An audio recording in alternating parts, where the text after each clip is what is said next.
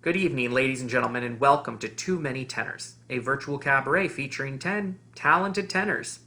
My name is David Blair, and I'll be your host tonight. As you get ready to enjoy this entertainment, we present it to you live, free of charge, right here in the comfort of your home. We ask that you find your most comfortable position, kick up your feet, and enjoy. I'll be introducing you to some incredibly talented people that I've met through my performing and through my studies in Southern California. Each performer will tell you a little bit about themselves, and we'll be able to hear them sing as we navigate what seems to be the new normal during this difficult time. We hope that you're still able to enjoy performing arts. We'll be live enjoying this presentation with you, so if you'd like to drop a comment in the comment section to any of the performers, hopefully they'll be able to respond quickly. So now, without further ado, we ask you to sit back and enjoy Too Many Tenors, a virtual cabaret featuring 10 talented tenors.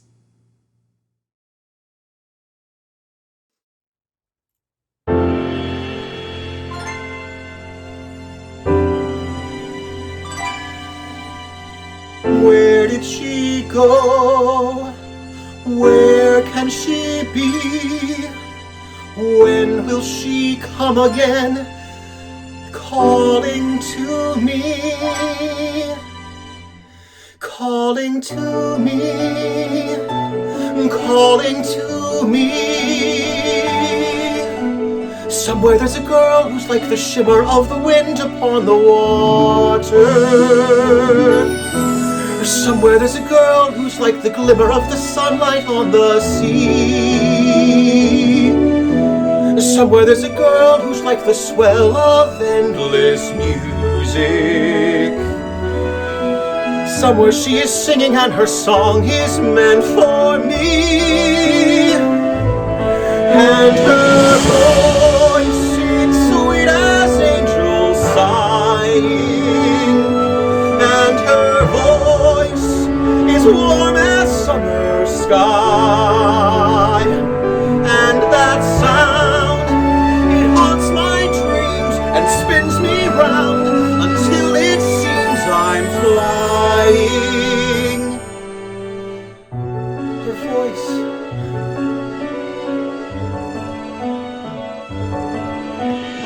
I can sense her laughter in the ripple of the waves against the shoreline. I can see her smiling in the moonlight as it settles on the sand. I can feel her waiting just beyond the pale horizon, singing out a melody too lovely to withstand. And her voice is there as dusk is falling. And her voice, it's there as dawn steals by. Pure and bright, it's always near, all day and night, and still I hear it calling. Her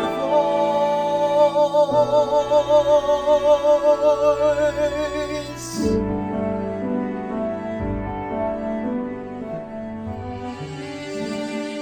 Strange as a dream, real as the sea. If you can hear me now, come set me free. Come set me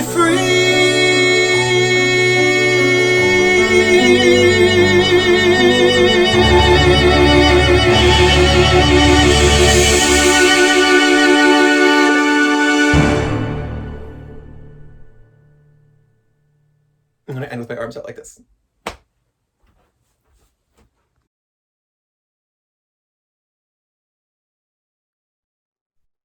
First up, I would like to introduce a very dear friend of mine, Eric Anderson. Eric, how are you? Hello.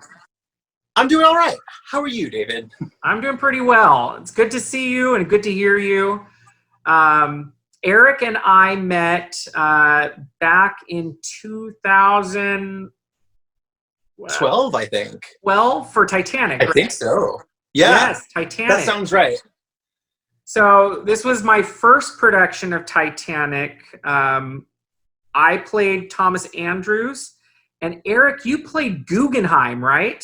Yes, Guggenheim. Yes, and that's when we started giving all the nicknames. He was Googie Hauser MD, he was Googs, he was all kinds of fun nicknames. Googs, yeah. Googs. But most importantly, what he was an incredibly talented performer. I knew then and there his talent was underutilized for that production, and I knew that he was somebody I'd want to work with again. So thank you, David, for being a part of Too Many Tenors. Oh, my pleasure. I was happy to be asked. It was a wonderful, flattering email to receive. Yes, well, good. You. Well, and Eric and I didn't just work on Titanic together. We did a few other things. Eric was in my Assassins. Yes, that was fun. That was fun. That was a lot of fun. Eric, what else? Did I direct you in anything else? Did you direct me? Bonnie and Clyde. Bonnie and Clyde, yes, you were in my Bonnie and Clyde. Bonnie and Clyde, and you didn't direct it, but we did Hunchback together. We did Hunchback together, yes. Yes, and then Sweeney as well. And Eric played in Hunchback. He played Phoebus. Yes. Right? Yes. Yeah. Yes, that was me. Yeah. Which again, one of the things I love, especially because that was a concert version of Hunchback, and one of the great things about sometimes doing things in an out of context setting is you get to see somebody do something that you wouldn't necessarily jump to thinking that they're right for it, and then see them bring something beautiful and new to the role, which Eric did. He was so charming as Phoebus. He did such a wonderful job, and the audiences loved him, which is no surprise for anyone who has heard Eric's beautiful voice or seen his incredible acting. So thank you. But no, that was definitely a different thing for me when they were like, "Oh, you're going to play the romantic lead." I was like, "Okay, that's sure. Yeah. Okay, show off those guns." I'll try. Well, and the other thing, I think we have done some concerts here and there together, I believe. Mm-hmm. Haven't we? I think it's been 8 years is a long time. 8 years is a long time. Eric's also a supportive person. He's somebody who comes and he supports his friends when they do theater. Unlike most people who, one of the funniest memes I see going around during this time is stay home like your friend invited you to their show. Oh yeah. I've almost posted that a couple times, but Yeah, which is very true. And I will out myself, full disclosure. I am terribly guilty of that, of not going and supporting some of my friends in theater. I definitely should get better at. Well, a lot of people, so at some point you have to draw the line. I can understand that, or else, You're too kind, Eric. Well, Eric, we just heard you sing Her Voice, and my goodness, what a stunner that is. Such a beautiful song. Tell us why you sang that for us tonight, and also what you're going to be singing later in the program. So I picked Her Voice when you asked me to kind of think of some songs. I decided I wanted to do a song that I knew really well and a song that I did not. And so that was one that was kind of new to me. And I sort of asked around, and I got some interesting ideas from people, but someone I know very well said that they would love to hear me sing that. And so I said, okay. And I listened to it and I thought, yes, this is what I will try. I will learn this one and sing it. And it was a lot of fun, kind of different than some of the stuff I usually sing. It was a nice challenge, and it's cool to just start the evening with that. Yeah. The other song I'm going to sing though is one I've sung a lot. I've never sung it without an audience, which is kind of weird. Because it's always cool to see how the audience reacts to that one, and that is I Really, Really Love You. By, I think, and I'm forgetting. I think Scott Burkell, wrote it. From what is it? From Sort of Love Songs, right? Like a an album concept. Yeah, it's not really a show. It's more of a collection of of his songs and stuff. Well, I really, really love you. It sounds like a romantic, beautiful piece. I'm sure it does, doesn't it? It does. I'm It sounds excited that to way. hear it. Are you leaving us on pins and needles with that one? Is that? I am. I think it takes you on a little bit of a journey, and if you've heard it, you guys know what I'm talking about. But if you haven't, I'm excited to go on that journey with you, Eric. Yeah, I think it'll be fun. And so what I'm going to do next is I'm going to start something. I'm going to call it let's call it our virtual soapbox. Okay. This is your opportunity to hop up on that virtual soapbox and say anything you'd like to our audience tonight, any words of encouragement you might have, but most especially ways that they can follow or support you. I know there's a lot of people who are listening tonight and maybe listening later who might want to follow you and see what you're doing after all this is done. Sure. Well, I do.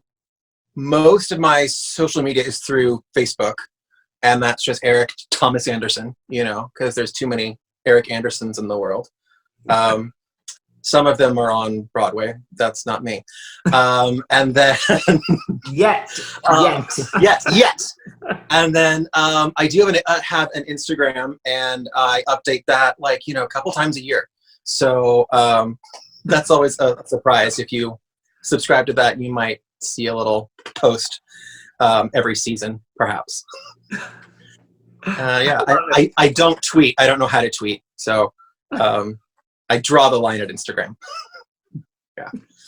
I think this has been a kind of odd time for everyone out there. And I think it's really cool that all the music I've been seeing on the internet, and I think that it's really great for us to find ways to remain positive in kind of a dark time, which is another reason I think that what you kind of put together here is so cool. But I think that we just all need to keep finding ways to entertain ourselves and even entertain other people and keep us smiling. Absolutely. Well, thank you for all the smiles you're bringing me and you're bringing our audience tonight. And thank you again for being a part of Too Many Tenors and for being such a good friend. And I look forward to hearing your next song later. Yes, I'm excited to be sharing it with you. And thank you again. Of course. Thank you, Eric. Okay.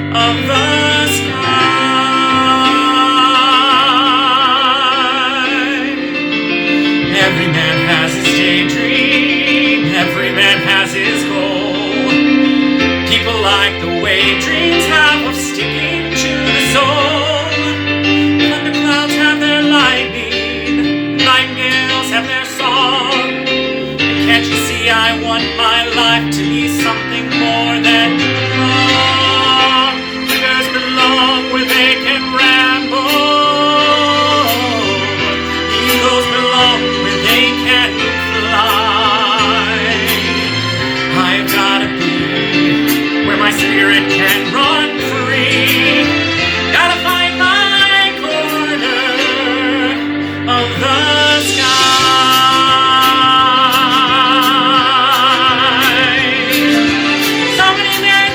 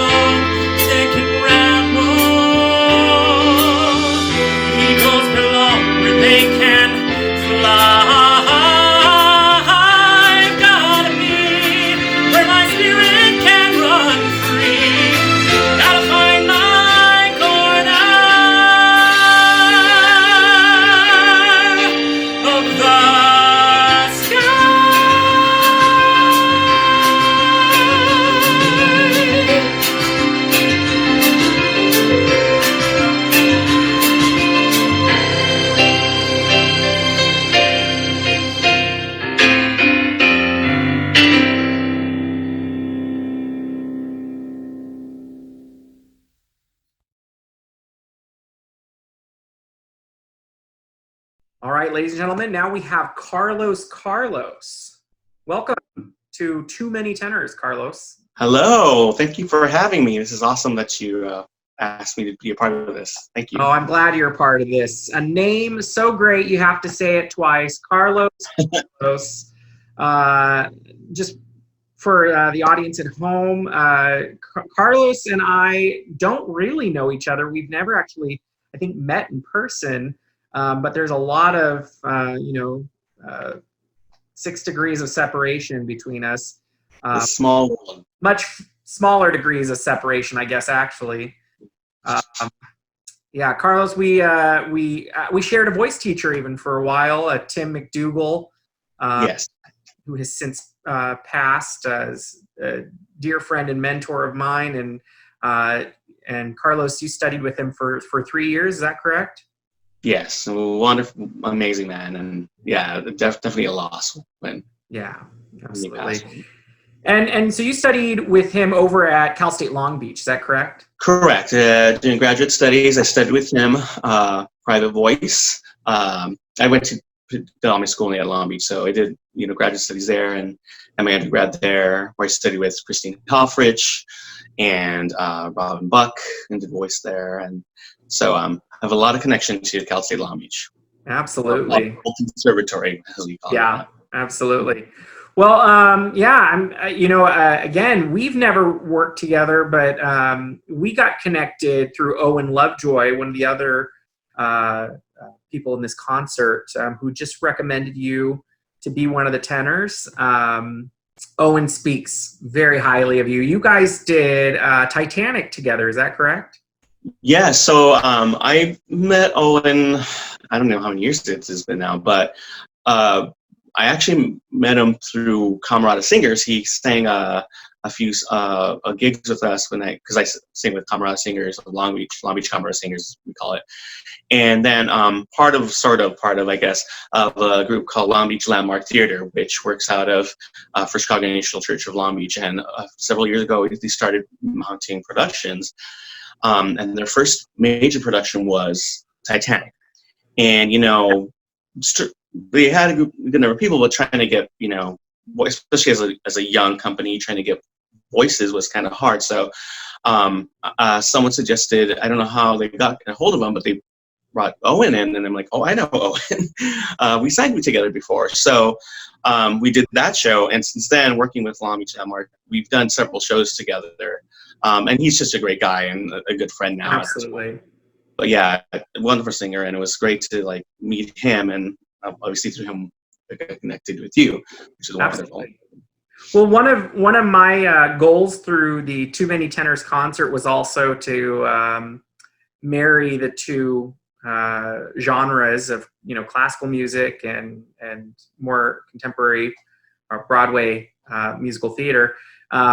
So of course I was searching. Not all of our singers today span both genres, but that was one of the great things when Owen said, "Oh, Carlos can do it." So it was great to add you to the concert. So tell us, what are you going to be singing for us tonight? Well, the first piece I'll be doing is Que Gelida Manina from the opera La Boheme. Well, everybody kind of knows, Rent is based off of La Boheme, but there's a lot of other, that story influenced a lot of other shows and in different ways. You can connect it to I'm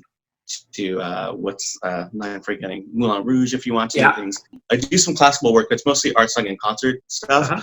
So when I was thinking of arias or opera, I was trying to find something that was sort of went back to when I was doing more opera, and I do more musical theory now. And this is something I did study with a piece I did study with Tim. And I felt like, just going back and just sort of re-challenging myself, taking this opportunity to re-challenge myself to do opera again and do something like that. That's why I chose this piece. The second piece is Beautiful City from Godspell by Stephen Schwartz. This version is actually comes from the 2012 version of the show. It wasn't in the original production.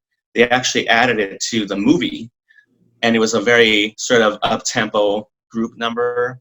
But when they revised the show in 2012, they made a solo out of it and really sort of intimate piece. And I love it. We did it a while back with the Long Beach Landmark Theater for a gala, but it was sort of this idea of creating beauty, and especially in the tumultuous world. And I think right now for this time, even though we're sort of stuck at home, there is this idea of like when we do get to come out and start working, that hopefully, at least in my head, we can start working to create again a beautiful city rather than, people talk about going back to normal, but I think there's an opportunity to sort of change things up a little bit.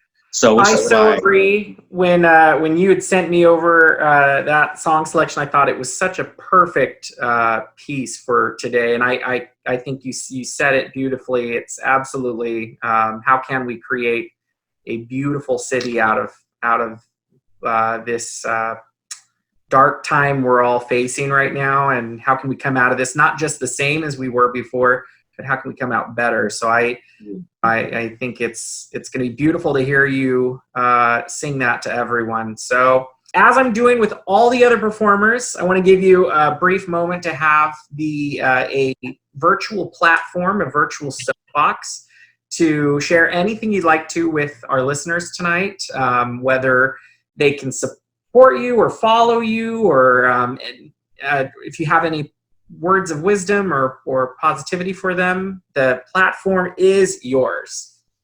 Okay, sure. Well, I think one of the things we're doing with this concert is promoting performers and the arts. And I think that right now it is struggling. I mean, a lot of people are doing really good job of getting the arts out there. I think it'll be taking an opportunity, but I know that once this is over, it's going to take a while for a lot of people to get back in swing of things, probably the longest. So be conscious of that and be supportive of all these people that are not working right now. Some of them are more fortunate than others about getting some gigs and things at this time, but a lot of people we're going to need our support, and your support, the audience out there, once things get rolling, to really get people out there and start promoting and getting them working again. So support the arts, definitely. Be patient. I know it's scary, and it's still, we don't know how long it's going to take, but be patient and care for each other. A lot of people have been doing that already, but I think we just need to keep going a little bit more. And I think we'll do the best as we can as artists, and what we're able to do to sort of help people along with that. So. And now just sit back and relax as you hear Que Gelida Manina.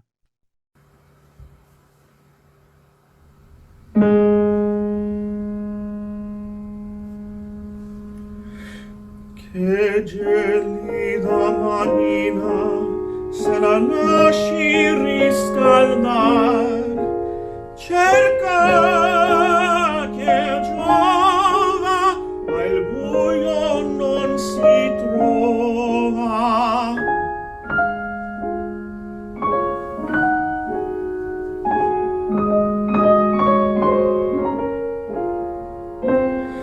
Ma per fortuna una notte di luna, e qui la luna l'abbiamo vicina. Aspetti, signorina, ne dirò con due parole. Chi son?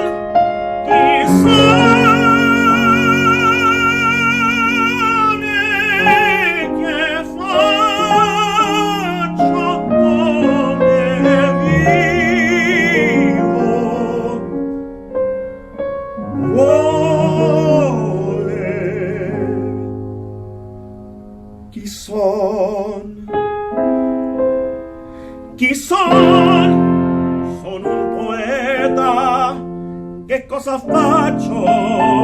Scrivo. E come vivo?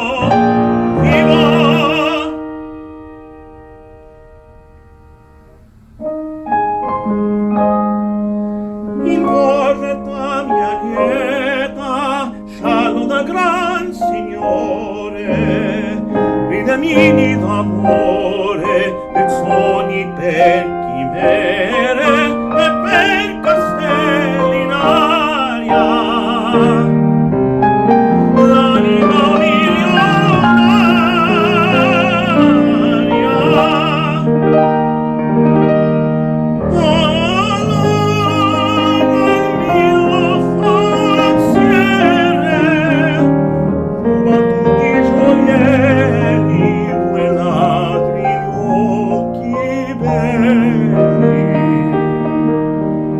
Entrar con voi per ora ed i miei sogni sacri ed i miei sogni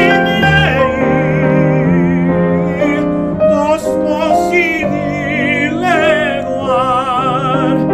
ma il volto non m'ancora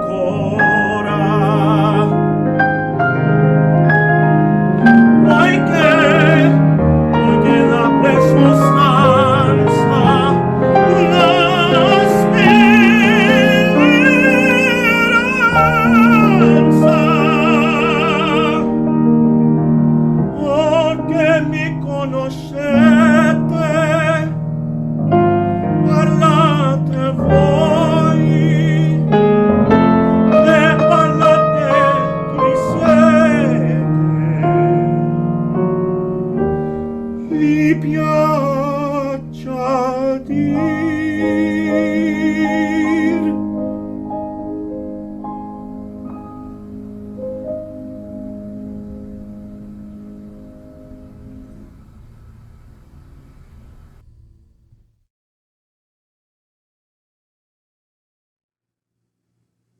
All right, ladies and gentlemen, now I welcome a good friend of mine, very talented tenor, Garrett Gopin. Garrett, how you doing? I'm doing great. How are you? I'm doing well. It's good to see you, uh, albeit not in person, but it's good to see you uh, here on the Too Many Tenors concert. So Garrett and I have known each other, gosh, I don't even know how many years. Um, Since like 2008 or 9, so yeah. Sounds probably about right. I More guess than we met at a party at the McInnes family house. Mm-hmm. Um, who knows even what that was for? Uh, I feel like in that time I was probably over at their house maybe twice or three times a week. So it was yeah, they were having like after school parties, after rehearsal parties. It was a lot of fun there. So. they had a great home for partying or for getting cast parties together or you know people around the piano to sing. So a lot of people frequented there. And Garrett and I, what all have we done together? I think the first was our first project we actually worked together on Spelling Bee. The first time, yeah, that you directed me was Spelling Bee. I'm not sure if we did like a concert or anything before that. I know we did Sweeney Todd in concert. Yes, yes, Uh, that as well. Yeah, yeah. I saw Your Assassins. I saw, uh, First yeah, and second. Bonnie and Clyde was the big one. Obviously, that's Yes, yeah, yeah. We did Bonnie and Clyde together with fellow Too Many Tenors performer. two of them. Yeah, Yeah, Lance and three. yeah, We got Daniel Berlin as the preacher, Eric exactly. Anderson as Eric Ted, and Lance Calgon as Clyde. So Exactly. And I mean, one of my favorite memories of that show was just the three of you guys singing Raise a Little Hell, which, I mean, for every cast is one of those numbers you get a little nervous to do because it's so hard. And I think we even had some of those nervous rehearsals where it's like, is this ever going to lock in? And boy, did it lock in. It was a highlight every single stinking show. for sure, I actually remember it that we locked that in on the first rehearsal. So Ah! Well, the director might remember it differently. yeah, no, true. No, Right. we all high fived and thought it was awesome. So. But I will tell you, the cast chemistry was phenomenal. Just between, especially between those principals that do so much together, and they have to really they have to marry well together, and they did. Again, huge shout out to Elsa, who played your wife, and of course Ashley, who played Bonnie. So great group there. It was Your very birthday week, too. show and the work you guys did on it. And we've done concerts here and there, I believe. Yeah. For sure. Yeah, we did that. We just did Titanic. Did we ever I saw you in Titanic. in Fullerton College at any point? No, we've definitely had like the same teachers and stuff in Fullerton College, but we never overlapped that way. I think the first time I heard you sing was Nate Brown was playing something on the piano at the McGinnis's. We were all having like a little like, hey, just grab a musical theater book and let's. So one of the songs I'm singing tonight was actually one of the things I sang at the McGinnis piano too. And, Oh, well, that's great. Well, speaking of which, what are you singing for us tonight? I'm starting with Neverland from Finding Neverland. That is a musical that came onto my radar just because of the Tony Award performance, and it wasn't nominated that year. They were like, that was Harvey Weinstein flexing his cash to get a number performed at the Tonys, even though he wasn't nominated. But all that aside, the musical is actually really great. So I started to explore the score for that, got the soundtrack, saw it on Broadway, and everything in that show is beautiful. And Neverland is just a very I credit you, Garrett, for really introducing a lot of people to some of those underloved musicals that are great pieces. They just didn't get the love they so great, and some of them are stupidly written off for like Tale of Two Cities, the musical is written off for trying to copy Les Mis, and it's like, it's the French Revolution, like the actual one, not like the little student thing. So it's a little bit more epic than Les Mis. And no hate Dr. Zhivago. Dr. Zhivago is one by the composer of Secret Garden, which is like one of the most beautiful scores ever, and she does it again for Dr. Zhivago. So absolutely, I hope people do actually listen to some of these underappreciated gems, because there's really good songs to sing for concerts and audition cuts in there. Yeah. And you're a big Wildhorn fan. Love Frank Wildhorn. Not the biggest fan of some of the lyricists he picks, but like, for example, This Is the Moment is the song that's really good for a concert or like the Olympics. But so what's your second song you're singing for us today? Oh yeah, This Is the Moment will be the second song that I'm singing. I love this song. It's a great showcase for a tenor. It's the guy who originated Jekyll and Hyde, Chuck Wagner. He did it at the Alley Theater in Houston. As he said, it's not a great song. 3 minutes into it, it's still the moment. So it's as a concert, it is wonderful, and it showcases. It's full of hope, which I think right now in the situation that we're all in, a little bit of happiness and hope is what I'm kind of going for. I had the temptation to pick some of the more angsty tenor songs because those are always fun to sing. No, great choice, and like you said, even though it tends to become one of the most one of the standard ballads for tenors, it is a great song. It has never it hasn't diminished as one of those great songs that again inspires some positivity, which is a great time for that. So definitely.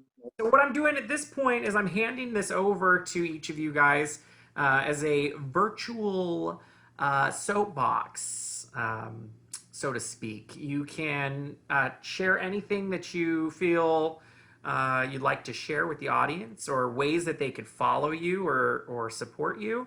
But now I turn it over. Garrett, the floor is yours. Okay. Well, hi, everyone. Hope that you're all staying sane and having the best that you can make of this stay-at-home quarantine. Hope you're enjoying the show tonight. Make sure to take care of yourself. Get some check-ins from friends and loved ones to make sure that you're doing okay. And find something to get you out of bed if you're furloughed and you can't, like, go to work or something. Just, definitely have a reason to put on some clothes and comb your hair and get out, even if you're gonna, wear a mask and be 6 feet apart. I'm doing some archery right now, which is kind of fun. I got some daily walks in. Just there's plenty of time to watch Netflix or any of those in the day, so you can put aside an hour or so for some fresh air and some exercise. As far as following me, I don't update it often, but I do have an actor page as Garrett Chandler. I believe the link is Garrett Chandler Actor, Facebook / Garrett Chandler Actor. You can follow me on Instagram. My handle there is Garrett. I am a cat dad, and you will see in Neverland, I incorporate my cat Percy into the performance. Cats don't like to perform for the camera, by the way, so he's not in there for long. In fact, that's probably why the Cats movie failed so badly, and they just don't perform well for the camera. So yeah. But he was a good sport and got treats for that. So please give us a like, support every single one of the guys that's singing tonight. They all have Facebooks and Instagrams. A lot of them do live concerts. Some of them do live concerts daily, some of them weekly. So giving a plug to myself, but also a plug to everyone else. Hopefully you are enjoyed tonight. And this looks like this might be the normal for a while, sadly. So I hope that we all collaborate and come up with more projects like this in the future, so that we can keep people entertained. Actually, Percy is saying hi right now. Yeah, here he is. Aww. He is a good sport. Well, Garrett, a shout out to Percy. I will tell you, Percy performed better in your number than the actors in the actual Cats movie. That's a fact. So besides Ian McKellen, yeah, no, he is.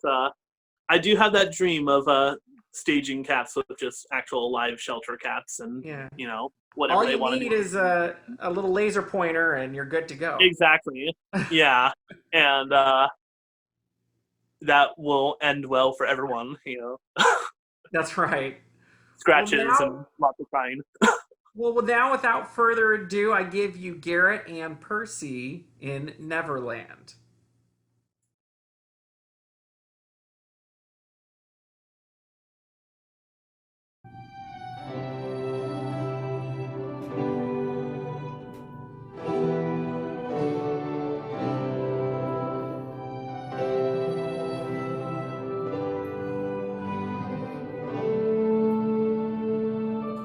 Whenever I was frightened, if I ever felt alone, I turned to the night sky and a star I call my own. Somewhere I can run to, just across the Milky Way. If you like, I can take you. It's just a light year and a day.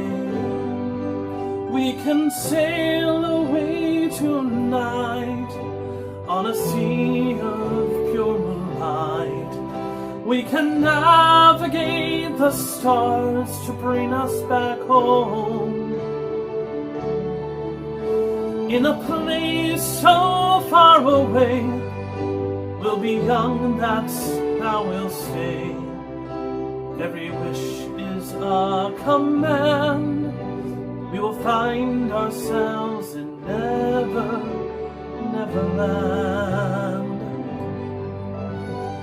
Picture a land that you never have seen, where life is eternal and evergreen.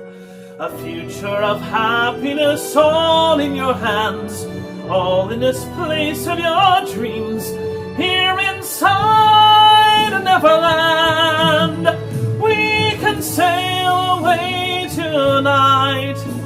On a sea of pure moonlight, we can navigate the stars to bring us back home.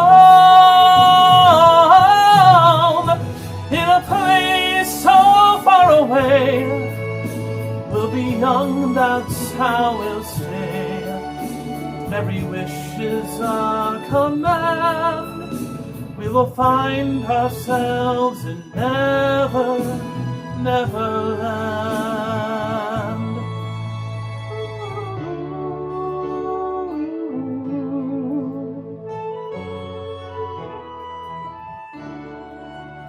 Every wish is a command. I am closer now to finding Neverland.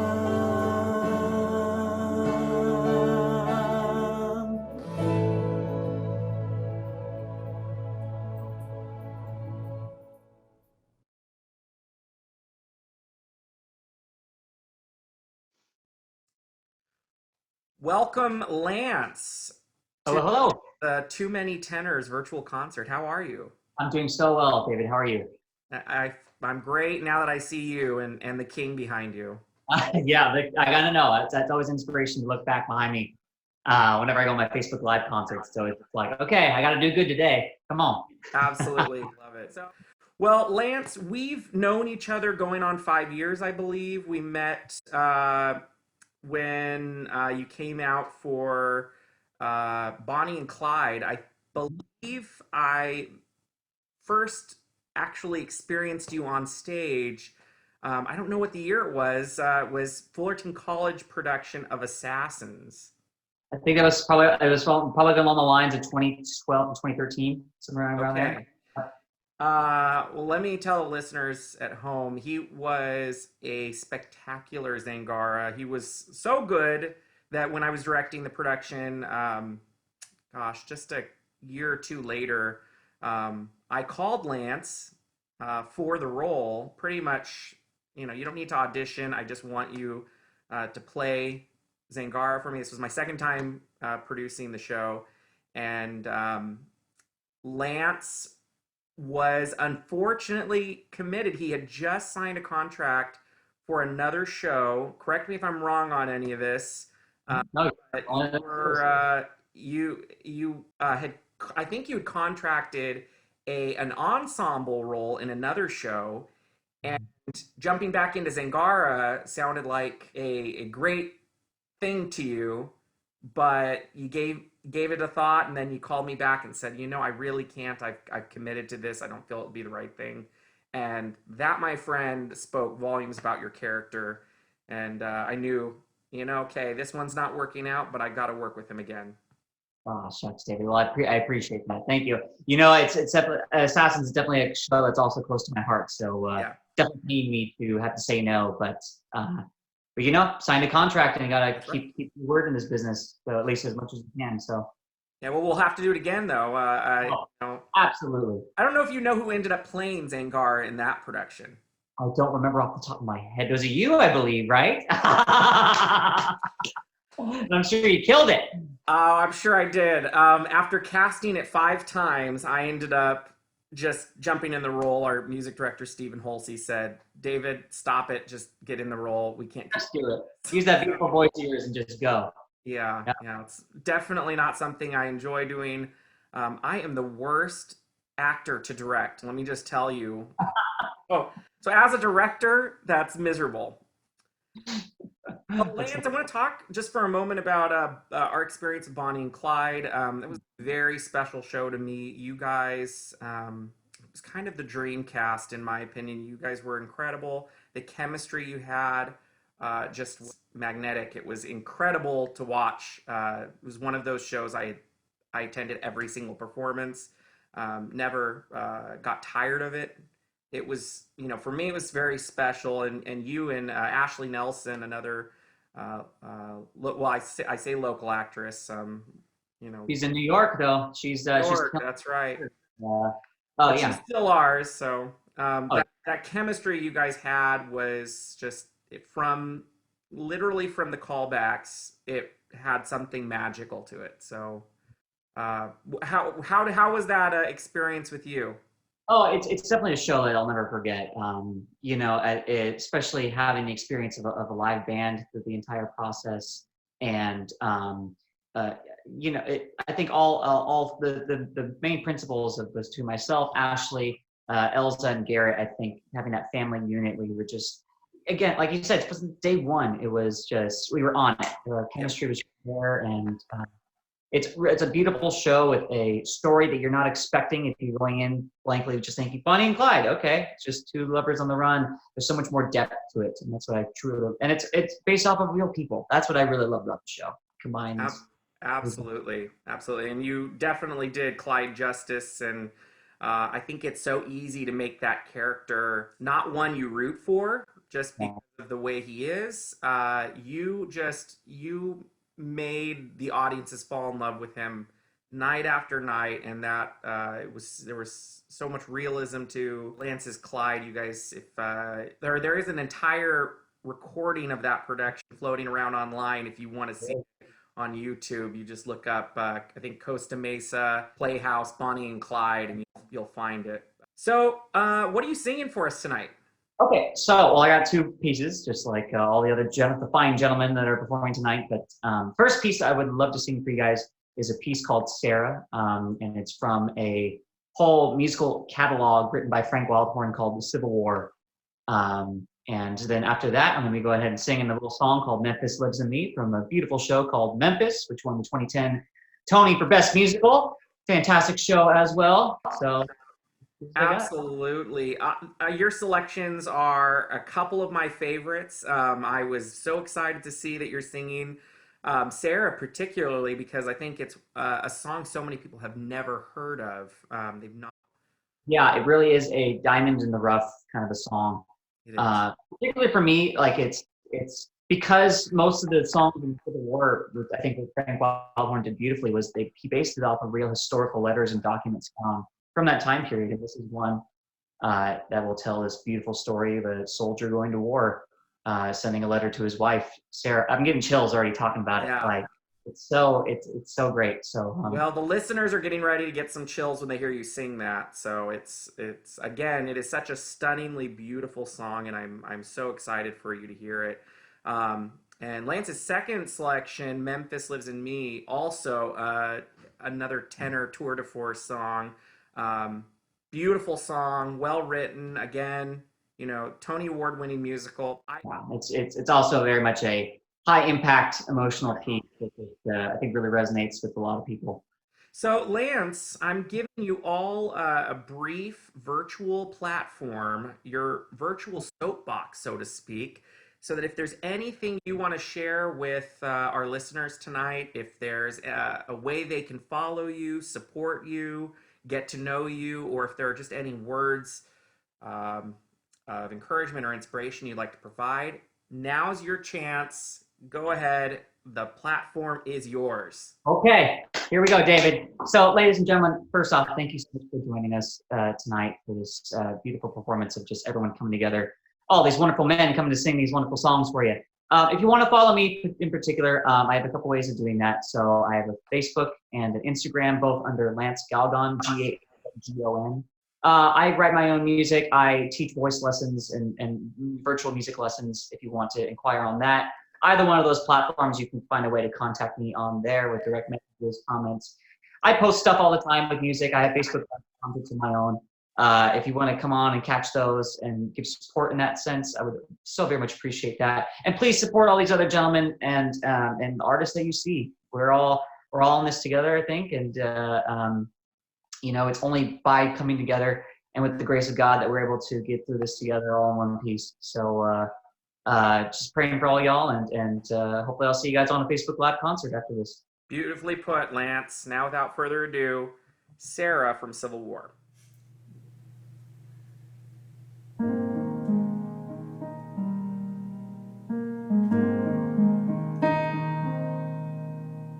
Oh, Sarah, my Sarah, I fear I must go and leave you to move on alone.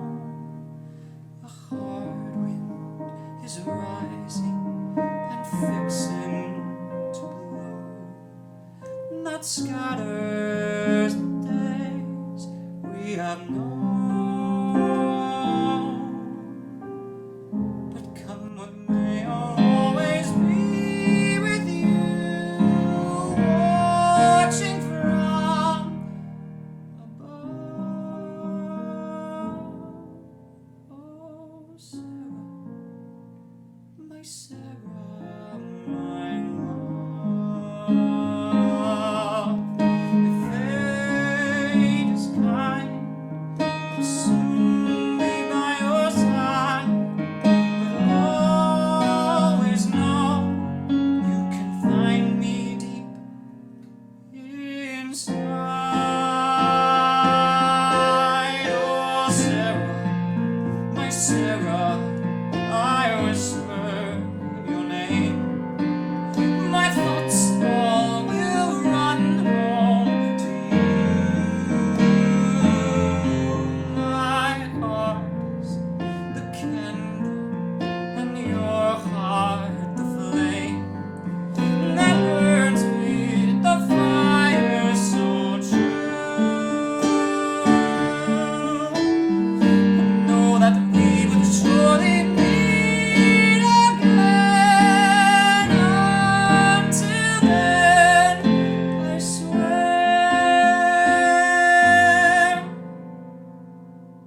I love you, my Sarah, forever and always, my heart will be there.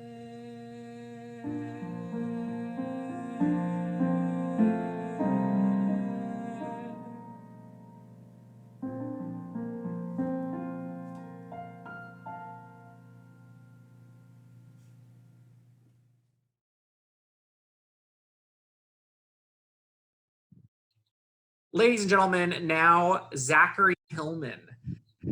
How are you? I'm doing well. How about you?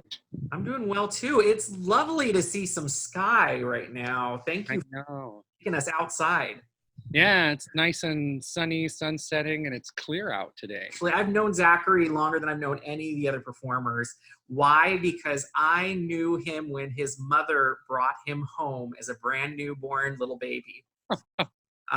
Zachary actually was my across the street neighbor, and he is currently sitting just feet away from my old house when I was a little Dennis the Menace child. Yeah, and Zach and I also went to the same high school.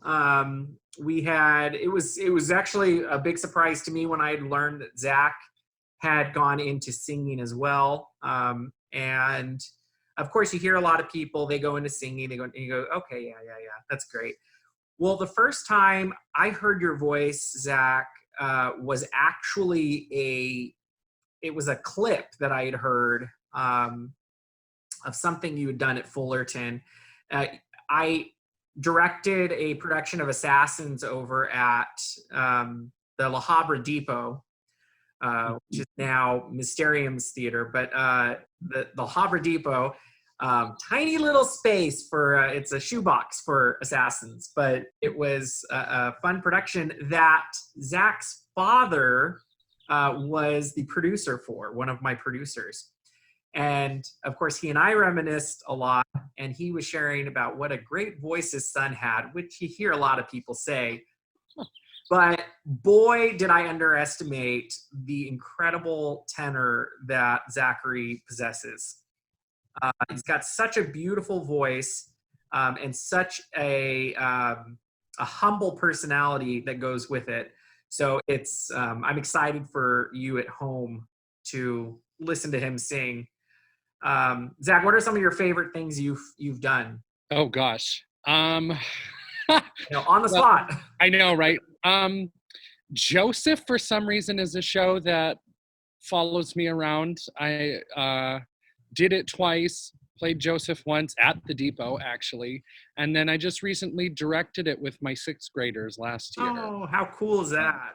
That's a fun one. Thoroughly Modern Millie, I really like too. Now Most you did that. You did that with my sister-in-law.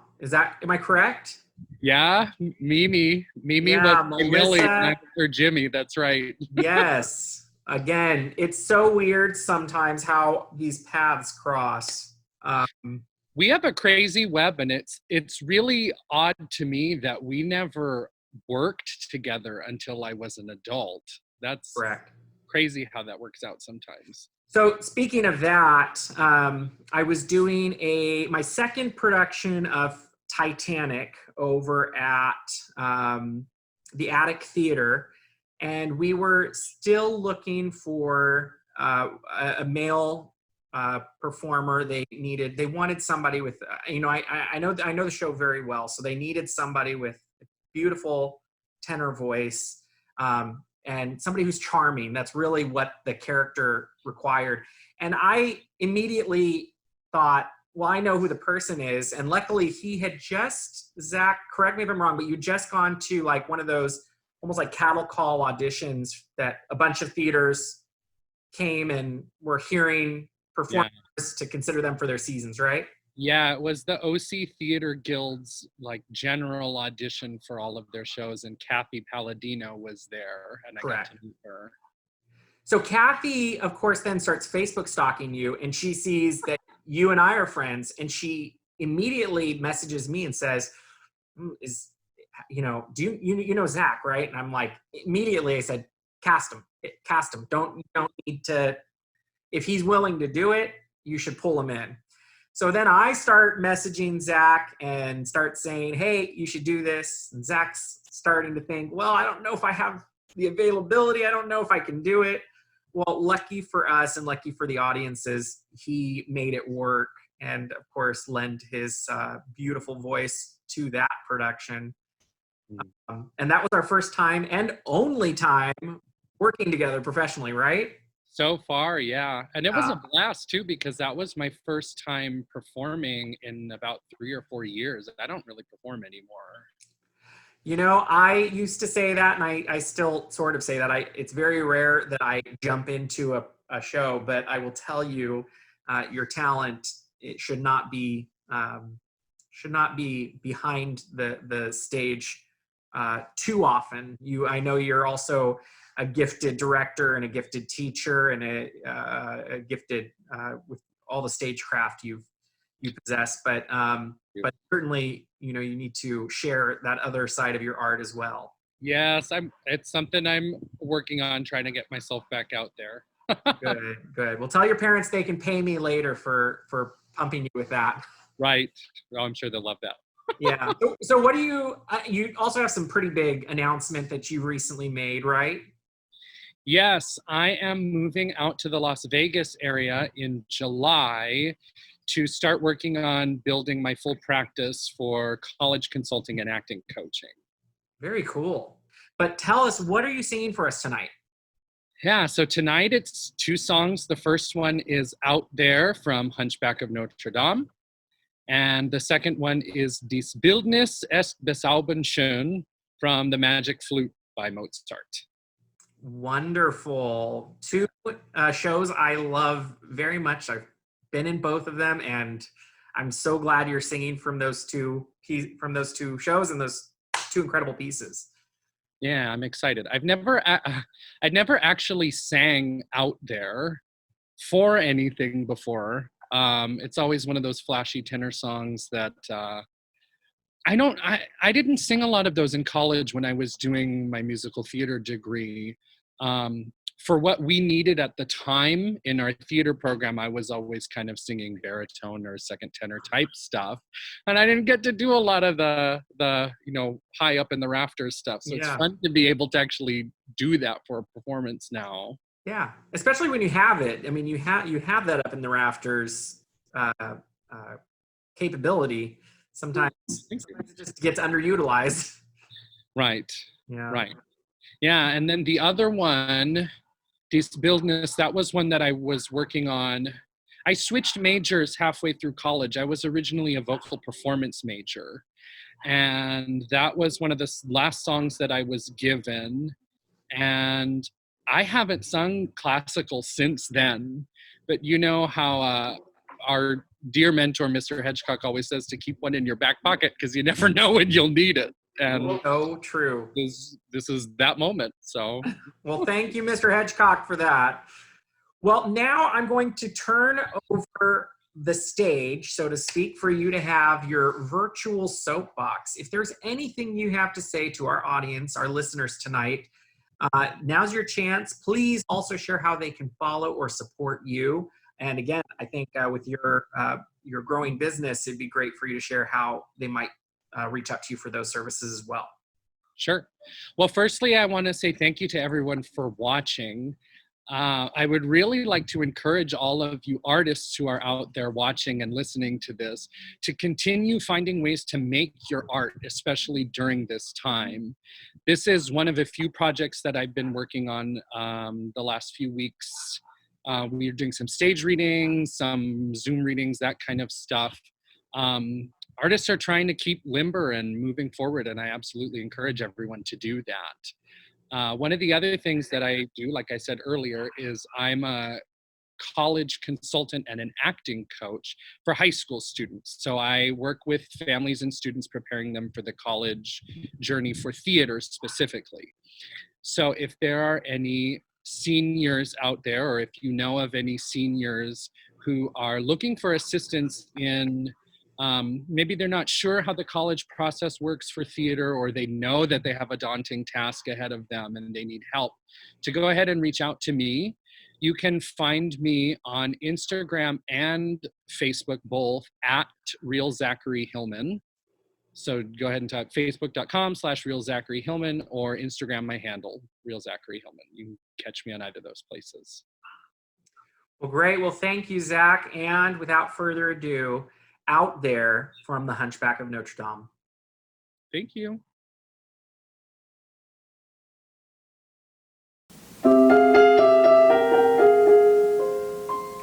Safe behind these windows and these parapets of stone, gazing out the window down below me. All my life I watch them as I hide up here alone, hungry for the histories they show me. All my life I memorize their faces, knowing them as they will never know me. All my life I wonder how it feels to pass a day not above them, but part of them. And out there, living in the sun, give me one day out there.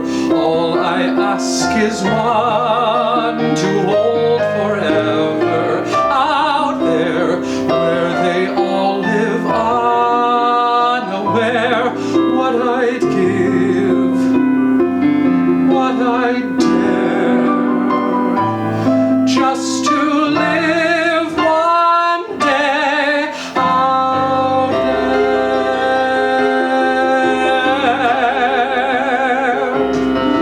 out there among the millers and the weavers and their wives, heedless of the life it is to be them. Every day they scout and shout and go about their lives, heedless of the gift it is to be them. If I were in their skin, I'd treasure every instant out there, strolling by the sand. Taste one morning out there, like ordinary men who freely walk about there. Just one day, and then I swear I'll be content with my share. Won't resent, won't despair, old and bent, I won't care. I'll have spent one day out there.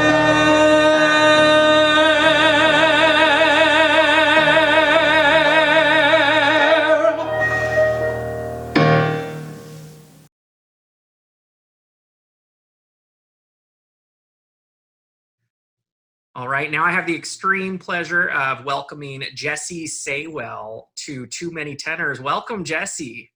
Hello, my good friend David Blair. How are you? I'm doing well. How are you? I'm hanging in there. I'm missing human beings, missing interaction, but being safe and being smart in this time, and so thrilled to be able to perform in some capacity here. So thank you so much for inviting me. I appreciate it. Of course. Tell everyone where you are right now. I am in South Carolina, actually. I do not live in South Carolina, but my dad retired down here. So I currently live in Phoenix, Arizona. And I am pursuing my master's in fine arts in dramatic writing, so playwriting, screenwriting, at Arizona State University. I am finishing up grading and finals this week. So. Wow. Yeah. must be very busy, a busy time to try to figure out a new virtual normal. Yeah, it's been strange. We were mid-semester, and this was my first semester teaching a class entirely by myself.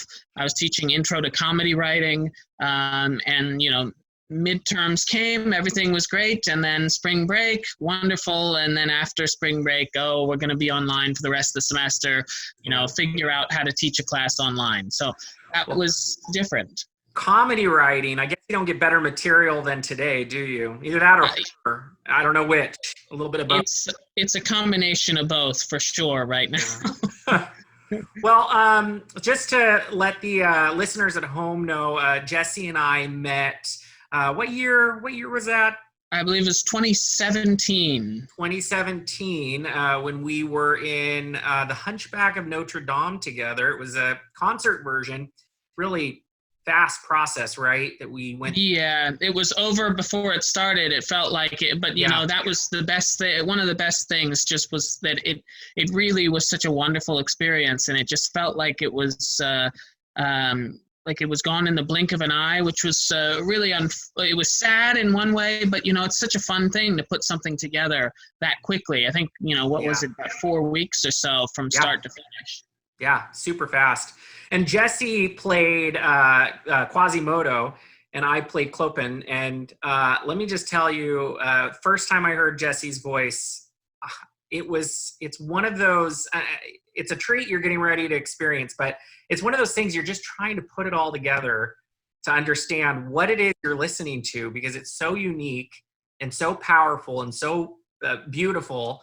And just, it's not exactly what you expect. So he's got one of those voices I love to work with when I cast shows, because it's so unique. It's not something you can compare to somebody else's voice. So, I was an immediate fan once I met you, Jesse. Your talent is incredible. Oh, well, thank you so much, David. And it's the sentiment is returned towards you as well. I mean, fellow tenors right off the bat. I think that was one of the first things I ever said to you. I was like, oh, it's such a pleasure to meet a fellow tenor, and especially one that I knew had classical training. And so. I mean, right off the bat, you could tell your talent is immense, and beyond that, you're just a joy to work with. It's such a pleasure. That whole process was really, really wonderful. I've told you before, I am dreaming of getting to work with you again in the future. Love that for sure. I'd love for that for sure. And unfortunately, that's really our only experience working together. We had that Jesse. Was living out in LA at the time. Am I correct? Yes. It was quite a commute. He was coming out to Costa Mesa to do that production. Of course, great role to be commuting for, but we were lucky to have him. A lot of mutual friends as well, who have a lot of respect for Jesse as well. We got kind of reunited when we invited Jesse and another one of our tenors tonight to a Rose Parade. Yeah, we went to the Rose Parade together. You remember that? That was. Oh, I remember. It was amazing. I was telling somebody about that the other day. That was really a highlight of my time in LA, was getting the opportunity. So thank you for that so much. Of course. There's no better way to do Rose Parade than, not having to camp out like everybody else. Yeah, that was incredible. And then Earth, Wind, and Fire popped out at one point in time of one of the floats. It was amazing. Yeah, absolutely phenomenal experience. Yeah. Well, so tell us, what are you getting ready to sing for us tonight? Sure. So first, I'm going to start out with "Lost in the Wilderness" from "Children of Eden" by Stephen Schwartz, and that piece for me is kind of a special piece. I kind of refer to it as a say well standard, but I was fortunate enough to be an original member of the National Broadway Chorus, which was created back in, I believe, 2012. And that was the DC local event. I went to undergraduate at American University in DC, and the National Broadway Chorus performed in a lot of various really cool venues and whatnot, doing backup singing as well as solo concerts. But we got to do probably the most awesome experience was getting to sing as the Storytellers Ensemble for Children of Eden at the Kennedy Center, which was a concert, Kennedy Center in concert performance in which Stephen Schwartz was actually there, kind of giving coaching to everyone. And Jeremy Jordan played the role of Cain and sang the song "Lost in the Wilderness," and I just said, okay, I have to learn this song. I have to sing this song, and it has pretty much been in my book ever since. I think it was actually the song that I sang for auditions for Hunchback, oddly enough. Oh wow! So, well, it's great because you also put your own spin on it. You don't just sing it, standard. Yeah, I decided really quickly, because you can actually go on YouTube and watch, just clips of people in the one climax part of the song, and it's just, all these different people back and back, and I wanted to do something a little different with it, so that's fun. You won't question that this guy's a tenor after you hear it. I'll just tell you that. I appreciate that. Thank you. And then I'm going to follow that up a little bit later on with "Pity the Child" from Chess. Which I love that song, and I love Chess. The script is a total mess, but the score is outstanding. And there's so many great tenor songs. I mean, I can't think of another show except for maybe Jesus Christ Superstar that has two separate tenor roles that really get, just amazing songs. And I have always wanted to do Chess. I've always wanted to play Freddie, and "Pity the Child" is one of those songs. It's probably the only tenor song that makes me nervous. When somebody says you want to sing "Pity the Child," it makes me a little bit nervous. So hopefully it'll go very well. But yeah, I love it so much. Just the passion. I'm sure it will go well. I am so glad you picked it. It is a tour de force tenor rock anthem. It is incredible. And it's one of those songs, Jesse, that people, I think they underestimate it when it starts, and a lot of people don't even know it, period. So, yeah, I mean, it starts out, very much mellow song for the first, 2 minutes or so of the song. You think, okay, this is a pretty simple, kind of sad. Yeah, he went easy on us. Yeah, and then that, it is really, it's in the stratosphere. So it is. It's a fun song to sing, but definitely a challenge. And written by the couple band members from ABBA, which is kind of a crazy part, but yeah, that was their first stab at putting together a musical. I think most people know them from Mamma Mia, obviously, but the soundtrack from Chess is really, really, or the original Broadway cast, and also the album, concept album, really, really a phenomenal album. A lot of fun to listen to. That script is still a mess, but yes. So it makes a great concert. Let's just say that it makes a great concert. Exactly. Yes. Yeah. It's well, I mean, again, you're in for a real treat when when we get to that number as well. So one thing I'm doing, Jesse, with everybody is I'm turning this moment over to you as a sort of virtual soapbox for you to say anything you want to our audience, ways they can follow you or support you, or anything, any well wishes you might want to provide. Jesse, the floor is yours. Absolutely. Well, thank you so much. You can like my Facebook page, first and foremost, Jesse D. Saywell. I'm going to be having a website. I'm working on it currently. It's in process. So COVID has given me ample time over the next month plus to get it up and running. So it'll be jessedsaywell.com. And you can find information not only about me as a performer, but also as a writer, as I am a playwright now. And so I would encourage you to check all of that out. And, the last thing that I would just want to say, and thank you so much, David, again, for this opportunity. But the last thing I would just want to say is really try to, if you can, support actors and performers right now, really artists in general. I mean, this is such a really challenging time for artists. And so events like this, like showing up to support us, really does mean a lot to us. We and I can say that certainly for myself. I don't think I think it would probably be fair for me to say I'm speaking on behalf of artists in general, especially performance artists right now. So any support you can do, any opportunities that you have to support theaters in your local communities, because theaters are really, really going to be hit hard by this. Theaters, it is not something that people go into for the money.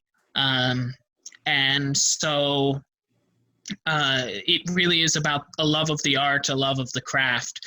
And right now, this is where we don't get to share that craft in the same way. We don't have revenue coming into all these theaters, and it just breaks my heart, especially in some of the poorer communities throughout our nation, that, where theater, community theaters, whatever it ends up being, is such an integral part of those communities and of their expression of their art. So I would really say if you have the ability, and we know that right now so many people are struggling financially, and we certainly understand that, but if you do have the ability to go out and support your local theater, that really means the world to a lot of people. So thank you even just for considering it, if you're listening. Absolutely. Support live theater even when it can't be live. So exactly. Thank you, Jesse. And now just I give you Lost in the Wilderness, Jesse Saywell. Thanks so much, David.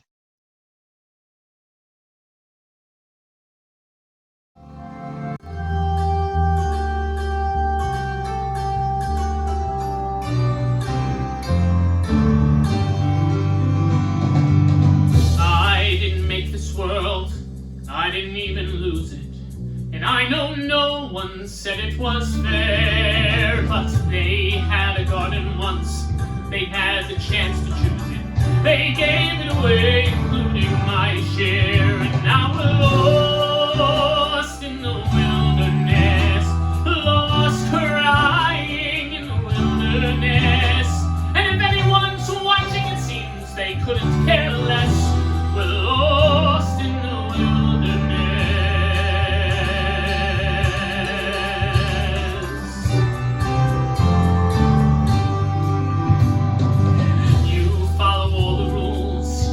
swallow all the stories,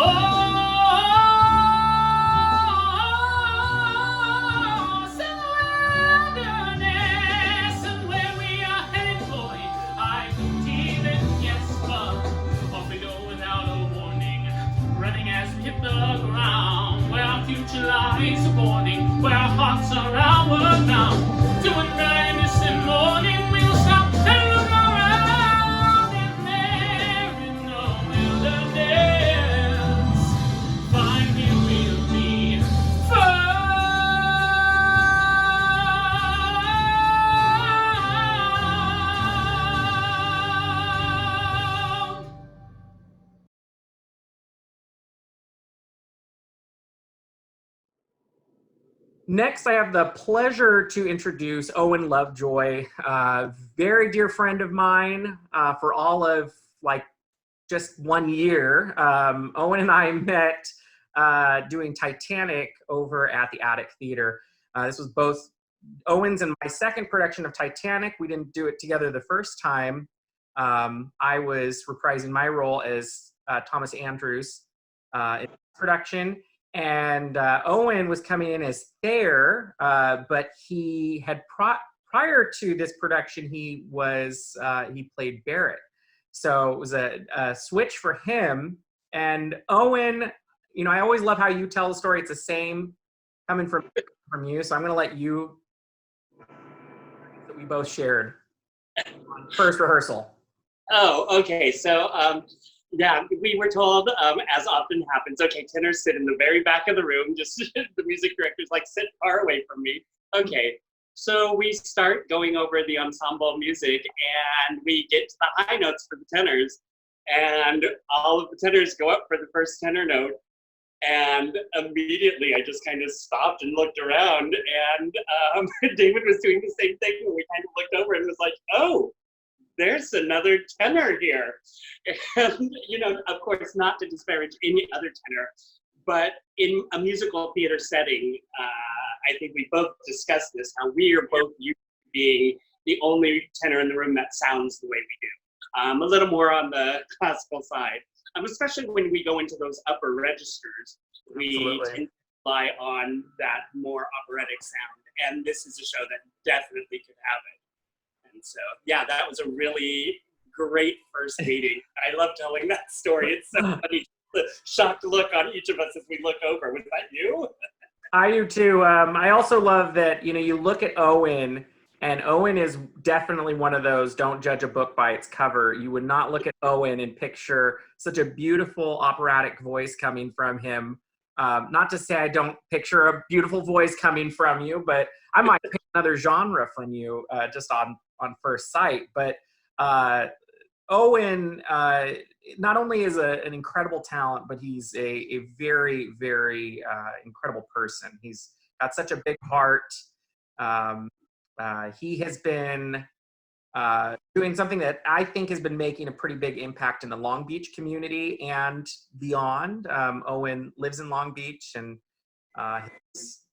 Long Beach is his community, his tight-knit group. But what he's doing right now, and I'll let him share a little bit, has expanded far beyond Long Beach, and people all over are enjoying what he's been sharing with us during quarantine. So Owen, just tell us a little bit about what you've been sharing with us.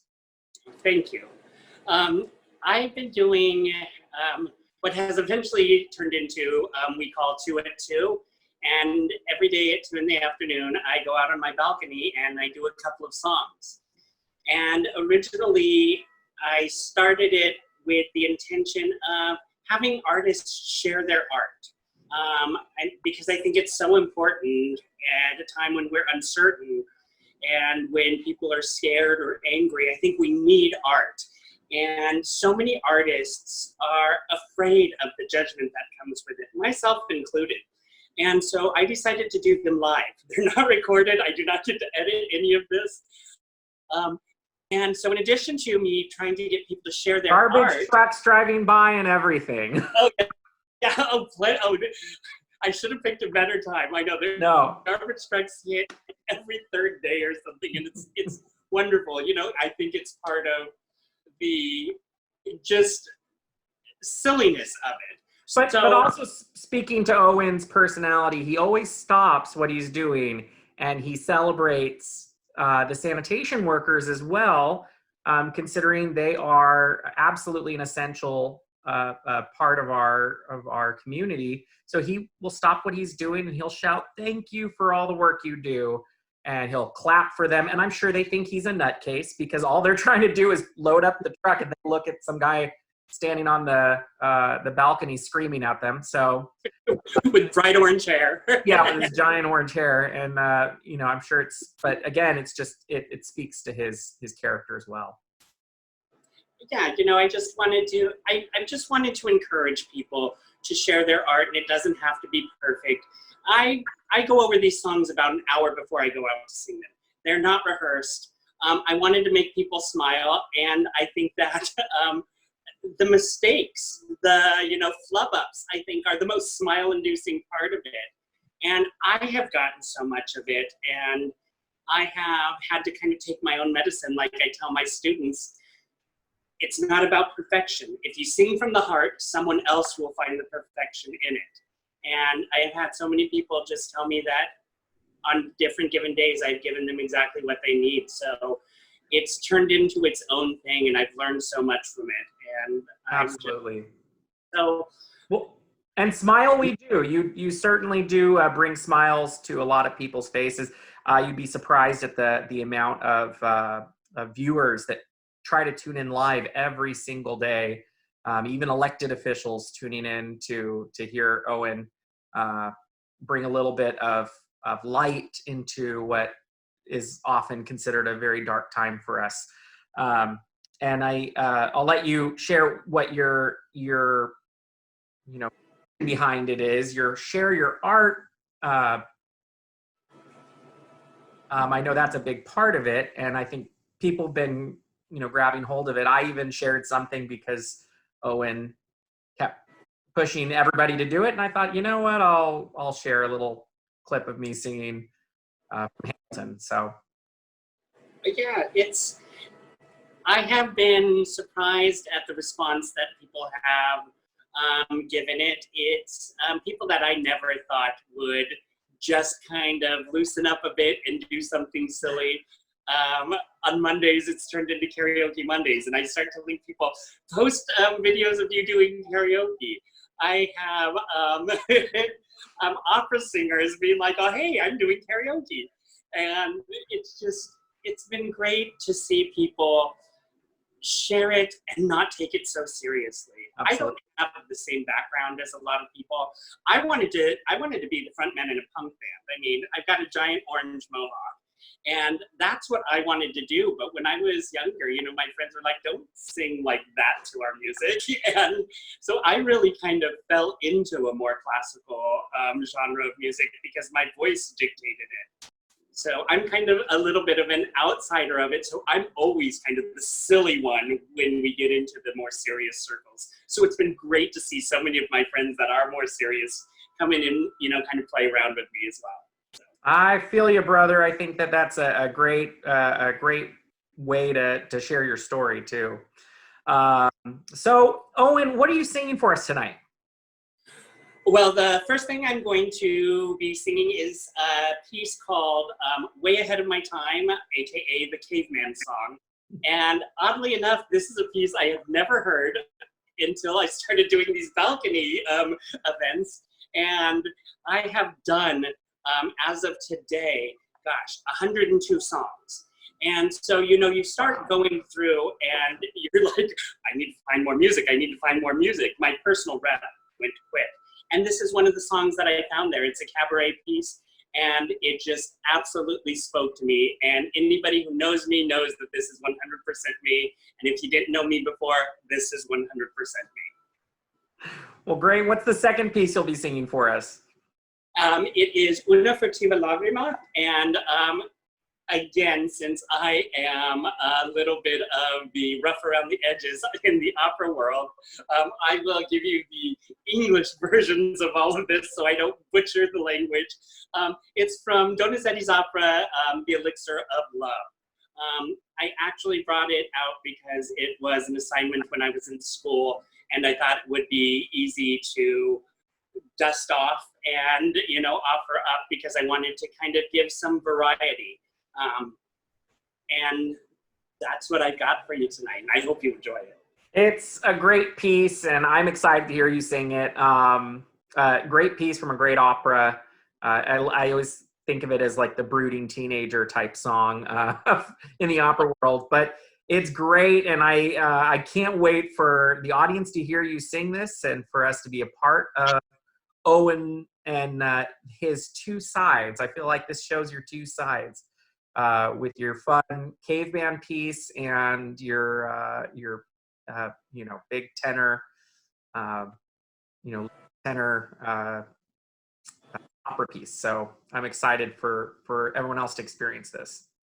So what I'm doing with you guys at this point is I'm giving you a moment. Consider this your virtual soapbox. You're going to be able to say anything you'd like to our audience tonight, ways that they can follow you or support you, or if you have words of encouragement or wisdom for the audience. This is your moment. So Owen, take it away. Oh, well, thank you. First, I would like to say thank you to David for considering me for this project. I know I am in some amazing company with all of the singers that you're going to hear tonight. I am honored. Second, if you want to follow me on Facebook and watch the 2 at 2s, Owen Lovejoy, and share your art. And it doesn't matter, it doesn't have to be singing. Draw something. There was the day where I told people draw stick figures and just share them with people. Your art will put a smile on someone's face and it will touch someone. So share your art and put it out in the world, and don't be afraid of the judgment for it. Just produce art bravely and fearlessly and just put it out there for everybody. There's a great quote from a man I used to sing with, and that was, never miss an opportunity to put more music into the world. And I try to live by that just about every day. So that's what I would suggest to everybody else. Never miss an opportunity to put more art into the world. Be kind to each other. We're all in this together. We're a community. And as always, wash your hands. You heard it here. Share your art and wash your hands. And now I give you Owen Lovejoy singing Way Ahead of My Time, the Caveman song.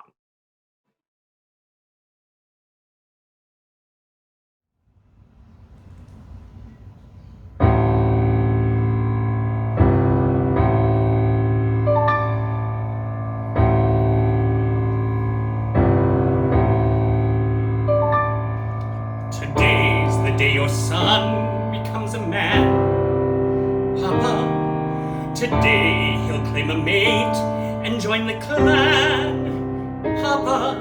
Or that's what you'd expect from any son who walks erect. But I'm sorry, 'cause I've got a different plan.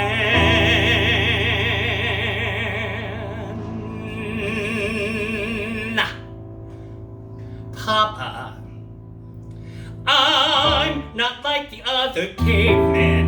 Mother Nature gave men a brain, but for most of them it's all in vain. They've got no reason or rhyme. Undeniably, I'm way ahead of my time. Remember when you took me hunting for mastodon? How at first I nearly fainted, then I hurried home and painted. People saw my sketch and learned the story and passed it on, 'cause it was plastered on the wall for the glory of us all. With a spear in hand, I fear I'm ineffectual, but I just might be the world's first Homo sapien who's an intellectual. I'm not like the other cavemen. All the gruff and grave men I meet like to hunt and grunt and eat raw meat. They seem at home in the grime. Undeniably, I'm way ahead of my time. Remember when the days were chilly and Pleistocene? How you made me those pajamas from the skins of woolly mammoths. Only nowadays it's not so frozen and iced-a-scene. It might be nice to get new clothes in a style that I'll propose. Now you know I'd never put myself in jeopardy, but I swear that I would kill for something sleek and leopardy. 'Cause I'm not like the other cavemen. Can't you see I crave many things that a lowbrow lifestyle never brings? No chance for something sublime. Undeniably, I'm way ahead of my time. I'm sick of all the dances with that ooga booga crap. If I could only show you all the steps I've got on tap, just watch me. See me shine, Papa?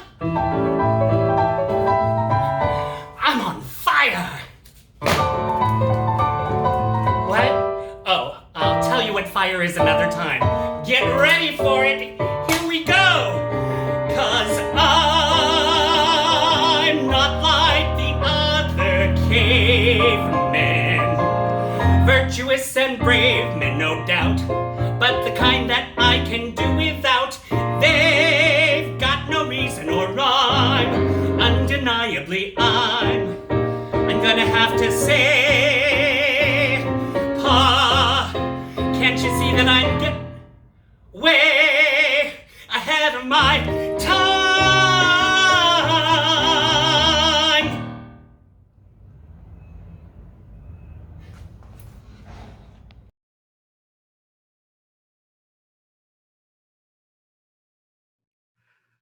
All right, now I have the pleasure to introduce Daniel Berlin. Daniel, Hi, Daniel. How are you? I'm good. Well, it's good to see you, and it's good to see you. you're a part of Too Many Tenors. No, I'm happy to be here. Yeah, Daniel and I go pretty far back. I think we met back in, I believe it was 2008 during Broadway Wishes concert that we put on.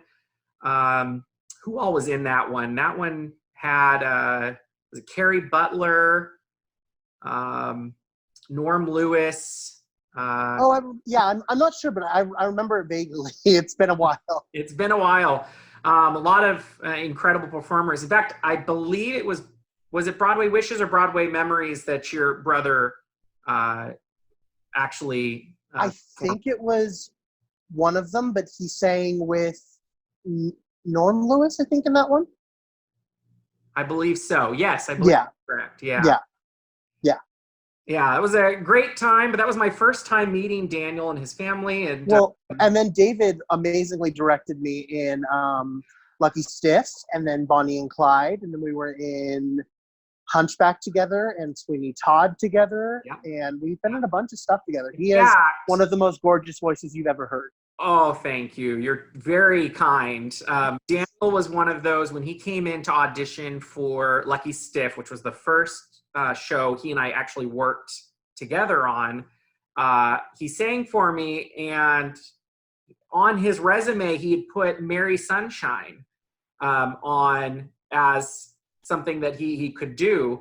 And I just asked him just for a little bit of it. Of course, Lucky Stiff didn't have a spot for a role for a countertenor or soprano man in playing a female role, but I just had to hear it. And when he did, immediately he became my landlady. So for like, Mr. Witherspoon, lady in drag, and it was great. I never got tired of that. It was funny from the beginning to the end, and you were such a fun actor to work with, and you still. Well, and that's the cool thing about you, David. You see more than most people see as far as direction and stuff like that. You're not afraid to think outside the box. That's very kind of you, Daniel. I appreciate that. Daniel also played we have another actor who's performing with us tonight who we've heard already, who played Beetle when I played Pirelli the second time. Well, Daniel was my Beetle the first time I played Pirelli. And another great performer and a great person to perform that role with. So thank you. Daniel's just an overall incredibly talented man. He was my preacher in Bonnie and Clyde. Again, gorgeous voice and just a hilarious actor as well. Thank you. Of course. But Daniel, you can see him. He's performing all over the place in Orange County, usually when we're not in pandemic mode. Yeah, Orange County or LA County or Riverside. Yeah. So pretty much all over Southern California, you can find Daniel on a stage somewhere. Yeah. My wife and I always credit Daniel for is Daniel can always pick a song for somebody else. He'll almost on sight alone, not even hearing them, he'll go, "Oh, you should sing this. Oh, you should sing this." And he's actually right. He's pretty good at picking music for people. Well, that's very kind. Well, it's because Daniel knows every single musical there is. I'm a bit of a nerd, I'll be honest. Well, speaking of knowing so many musicals, what are you singing for us tonight, and why? So first up, I'll be singing Our Last Summer, which is from Mamma Mia by ABBA. I was in the show last summer in Laguna Playhouse, and it was one of the most amazing roles I've ever done. I was Harry in the show. Harry sings it in the show, Harry Bright. And it was cool because I got to play an adult, which is really cool, and I got to play a part that isn't a goofy sidekick. It was like a real human. I was going to say that Harry's so different than I think what people would typically just type you for. So that exactly. And it was really cool to play like a potential father and all this other stuff. I was like, oh God, am I aging into a father? But it was cool. It was fun. And I had a blast doing it with the cast in Laguna Playhouse. And it was a lot of fun. And then after that, I'm singing a song called Run Away With Me. It's by Kerrigan and Loudermilk. It's been in a bunch of different incarnations of the show. And I discovered the song when I was in college in like 2005 and or 6. And I fell in love with it immediately. And I hope you love it too. It's a beautiful song. And that's better. It's a love song. So it is a beautiful song. And I can't wait to hear you on it. So I'm going to do with you what I'm doing with everybody else. This is your virtual soapbox that you can get up on, have anything you might want to say to our audience tonight, any words of encouragement or ways that they can support or follow you. I know a lot of people tonight who may have never heard or seen you before would love to be able to check out something that you're in once our new normal. You. And thank you, first of all, David, for doing this. This is so kind and so wonderful to be spreading art, even in this time. I'm an essential worker in the sense that I also work at a coffee shop. And my first customer back immediately burst into tears when she came up to my counter and told me that her best friend had just died. And I didn't know what to do, so I gave her free coffee. That's all I could do. And it kind of put it in perspective to me that this pandemic is really hitting people more than me. You know, I've been pretty lucky, and I feel really blessed and lucky that I haven't had personal experiences that it's really torn anything away from me yet. But I feel like we need to just keep social distancing. We need to keep realizing that even if we aren't going to be affected, we could know someone who has an underlying health condition or an elderly person in their family or something like that, and really just make sure that we are taking every precaution to keep everyone safe. If that's wearing face masks, if that's, staying in your house as much as possible. It's just important to realize you're not the only person on the planet, I guess. I'm trying to realize that myself. But also that doesn't mean that you have to disconnect from everyone. It just means that you should stay physically away, but call people, let people know they're being thought of, let people know they're being cared about. Because I know I love to receive calls, and I know I love to make calls to people and let them know that I love them and care for them and I'm thinking of them. As far as how to get a track of me, I'm on Facebook under Daniel Berlin and on Instagram, Daniel B. Berlin. But yeah, I just hope everyone stays strong and positive through all this. And thank you, David, for doing this and bringing us all together. Of course. Well, and how your beautiful sentiments are echoed, I think, from all of us who are involved in this. I think checking in on one another and just staying positive and sharing your art is a great message to give. Thank you so much. Absolutely. And now, without further ado, we present Our Last Summer from Mamma Mia. Thank you.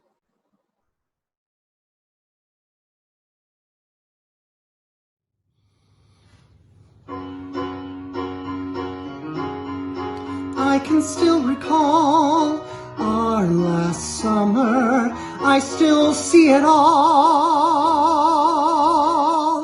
Walks along the Seine, laughing in the rain.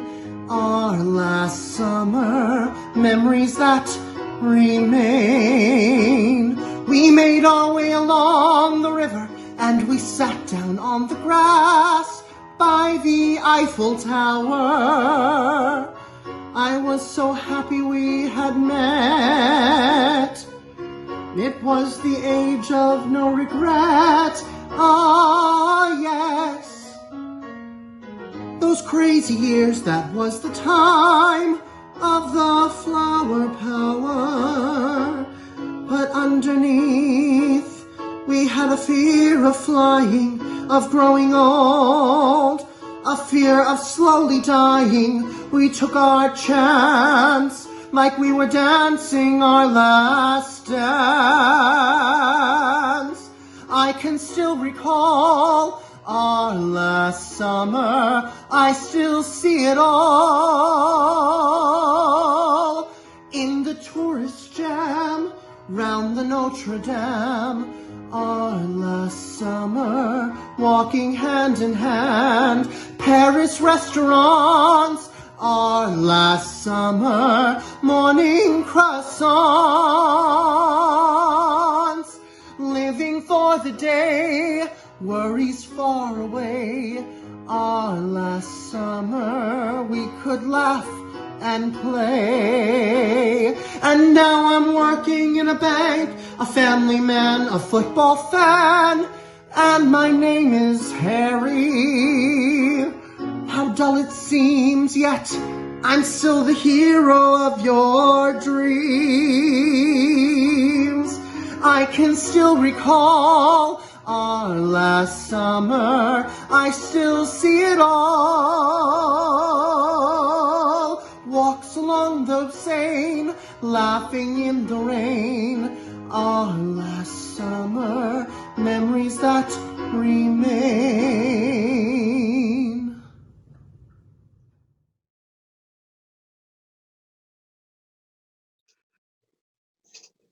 All right, ladies and gentlemen, now I have the pleasure to welcome Ryan Addison to Too Many Tenors. Ryan is an incredible performer. He's, if you're in the Orange County circuit, you probably have heard his name if you have not heard his glorious voice, or if you have not had the pleasure to work with this incredible, his incredible personality, which matches his talent.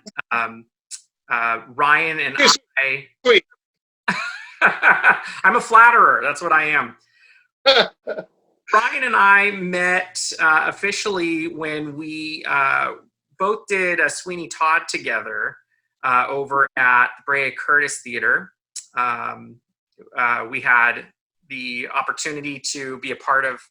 I loved that production. I thought it was a great production. Ryan was an incredible Beatle.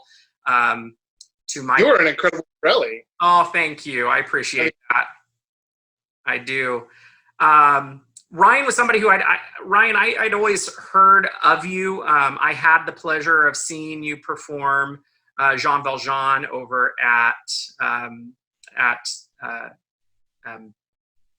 help me here. The Maverick. Thank you. Sorry, Maverick. It's okay. It's okay. It's cool. Yeah. There was a lot of time, and to give you a little bit of like leeway, there was a lot of productions of Les Mis going on at that time. So there were, but you did such a beautiful job with Jean Valjean. Again, for those of you who have not heard Ryan sing, he has such a beautiful tenor that is so versatile. He can scream the heck out of some of those screechy, more rocky tenor ballads. And he can also float some very beautiful, more classic musical theater styles as well. So it was so nice to hear you sing that role, as I'm sure you loved performing it. I would imagine. Oh yeah, I mean it was one of definitely one of the highlights of my career at this point. I got to play Valjean for 8 weeks, which unless you were touring it, that never happens. So like every weekend I got to go and do it. And that show, we did it in a really small like cabaret black box space. And every day posed a new challenge, like if somebody forgot something or something didn't happen the way it was supposed to, we just had to make changes on the fly. It was a very, very dynamic show. But you know what? It so worked. You're right. It was, doing it in a almost a cabaret type space. It made it work. I think, they were very innovative with how they designed the set. I know, I believe Brian was designing the set. He helped design. The director actually was the designer of the costumes, the set, and the production itself. Like he was his heart and soul. Yeah, and unfortunately he passed in the middle of the run, but his vision definitely lived on. It was beautiful. It was wonderful. Absolutely, and what a testament to his work. Again, I thought the way that you guys did the barricade was inventive, and it was very creative, and it was a great way to do it, again, in a small space and still make it feel like it was substantial. So, so again, great job with that performance. Thank you. I as much as I really enjoyed hearing you sing, and of course we have a lot of mutual friends, and anytime I would say, do you know Ryan? Do you know Ryan? Everyone's like, oh yeah, we know Ryan. And in fact, they would always say, I'm surprised you guys haven't worked together. I'm surprised you guys don't know each other. And then when I had the opportunity to work with you and Sweeney, again, I loved singing with you, but more so, I just loved your kind heart and just the personality you brought every day to our rehearsals and to the performances as well. Yeah, you and I, we didn't share the stage except for like ensemble stuff, right? But like we definitely shared space backstage, and getting to know you and helping you with your makeup some days, and like dealing with those old fun backstage stuff. Like it was such a joy, and you were so pleasant to be around all the time. I really, really liked working with you. Well, thank you. And a shout out to Joe Monteleone. Do you remember we had to completely rework notes, or the normally a sextet, right? Oh, the letter, yeah. The letter, and we cut out like two of the parts. Just it wasn't working with the cast we had. Typically, Beadle and Pirelli aren't even in it. Yeah, that's true. Joe wanted our voices, so and I think that was one of the most challenging parts of the whole thing, because we took what was already a very complex Sondheim, harmonies in 6 parts, condensed them down to 4, and I really enjoyed singing that with you. I really thought that was a very unique part of the show. Yeah, it's a really interesting piece, and as far as I know, most of the productions I've seen don't normally put it in there, it's a travesty. It's such an amazing piece of music, and if anything, like the challenge of getting to do it is worth at least trying, So, absolutely. I have a clip of that somewhere that I'll have to dig up. Again, I heard it not too long ago when I was going through deleting old content, and I didn't keep that because I was like, oh, I still want to keep that. So, yeah, it's so good. It's so fun to go back and listen to. Absolutely. So, Ryan, what else have you been up to since all of this has been since all this has gone on? Well, as far as like COVID-19 lockdown, I've been staying a lot at home. My father is immunocompromised, and I live with him and my mother. So I do my best to stay out of like everything. I have managed to escape a couple days, but overall, like I just stay here. But it's also giving me what's it? Oh yeah, absolutely. Stay home. I don't care what they're saying. Stay home. But it's given me opportunity to learn like a new facet of this business, right? So like all of us are learning how to do video and audio and recordings and all that stuff, and I'm doing that too, and it's been challenging, obviously, but I've been working on new recordings and stuff that I never had time for. So like I'm learning how to use Pro Tools and video and audio recording devices and lighting and all that fun stuff. So getting used to the new normal right now, right? Totally, yeah. But at least, like I'm getting something out of it, or at least I'm learning something so I can use later. Well, and speaking of getting something out of it, our audience tonight is getting ready to hear you. What did you choose for singing tonight? I chose 2 songs that I have already done previously. The first one is "Heaven on Their Minds" from Jesus Christ Superstar, and I love that song. I actually got to play it. I got to play Judas, and it's hands down the way they set up that show. It's Jesus Christ Superstar, but it's the Judas show. He has a lot of like the meatiest, most decision-making parts in the show, and this is one of those. This is like I so agree with you. I so agree. Yeah. With you. It really is the Judas show. Yeah, and like the way they start the show is "Heaven on Their Minds," and it's like this is the straw that broke the camel's back. Like this is his final stand to get Jesus to understand his side of what he sees, and that's how they start the show. It's crazy, crazy energy.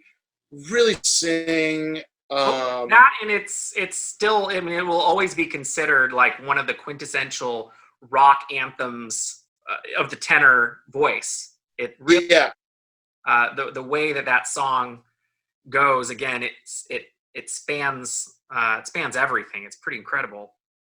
Yeah, and it's really easy to get caught up in the emotion of it, and I don't know. It's just a beautiful piece. Jesus Christ Superstar, of all Andrew Lloyd Webber's stuff, that is hands down, I think, his best work, and I love that show. Especially since it's one of those shows that gets told strictly by music, and you have to convey so much in 2 or 3 minutes at a time, and I love it. So that one. And then the next song will be, we already talked about it, Les Miserables. I'll be doing Bring Him Home. Oh, so beautiful. I thank you for the praise, by the way. I really enjoyed doing that show. It was a monumental role. So much stuff I didn't even realize you had to learn and do, and I had a blast. Bring 'Em Home holds an interesting place in my heart because of my director, because he passed. Curtis Jerome, who directed my production, literally passed 2 weeks before we closed, and it was so rough. I remember, he passed before the run of the week started, and we had to muster up the strength and keep going because it's showbiz. Show must go on. And you guys did. You really did. In fact, the when I saw it, it was after Curtis had passed, and absolutely I think there was a sense of rawness to the emotions of the piece, which should be in there anyway. But I could tell came. Just knowing a lot of the people involved in the production, I knew came from just all of those feelings that they had of Curtis, and that they poured it into the piece that he loved, which I think is a great way to honor and pay tribute to his work. Yeah, I could think of no better way than to get on the stage and give him everything that I have. So, yeah. Sorry, I'm getting choked up. That's okay. That's okay. But he was awesome. He was a wonderful director. I wish I could have thanked him for taking the chance on me, because a guy of my stature does not normally play the role of Valjean. So it was really something special. And I'm glad I got to do it. I'm glad I got to sing this song in particular. I'm glad I got to do it again for you. It hopefully I remember, like, I was starting to have flashbacks of like what was happening on stage and how I did everything. And it was fun. It was a real joy to like recreate. I'm so glad that this concert was able to bring you back there and give you another platform to share your version of that song. Again, for the listeners at home, please make sure you stick around for Ryan's Bring Him Home. It is absolutely stunning, and can't wait for you to hear it. Yeah. But now, one last thing I'd like to do is, open this up for you. I give this opportunity. I'm going to be calling it our virtual soapbox, so to speak. You can use this moment and this platform to share anything you'd like to with our listeners, ways they can follow you or support you. If you have any words of encouragement as we continue to navigate through this new normal, and as long as quarantine continues to last, or even people just being safe. This is your soapbox, Ryan, and the floor is yours. Oh, awesome. Thank you. Well, let's get through the businessy stuff first, yeah? Facebook, I go under the name Ryan Addison. That is my middle name and my stage name. And then Instagram is rcoon1986, and very shortly, hopefully, when I finish editing and recording and doing all that fun stuff, I'll have a YouTube page to show everybody. But I'll be posting that on my Facebook and my Instagram as soon as it's done. As far as words of encouragement, stay home. Please stay home. It's the one thing I've learned is that it's okay to feel a little deflated. It's okay to feel like depressed. It's okay to feel those things during this time.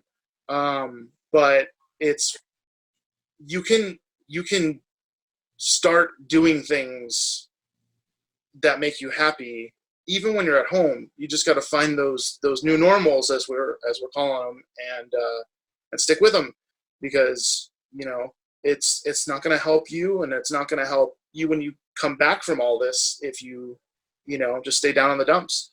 So try to eat right, try to stay healthy, and we love you. Thank you for coming and seeing this. Absolutely. Thank you.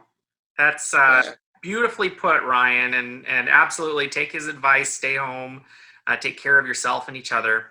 And now, without further ado, sit back and enjoy Heaven on Their Minds from Jesus Christ Superstar.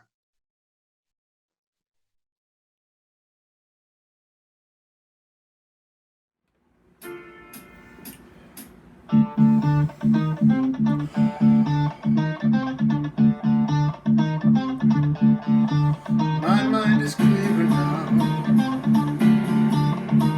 At last, all too well, I can see where we all soon will be. If you strip away the myth from the man, you will see where we all soon will be. Jesus! You started to believe the things they say of you. You really do believe this talk of God is true. And all the good you've done will soon get swept away. You've begun to matter more than the things you say.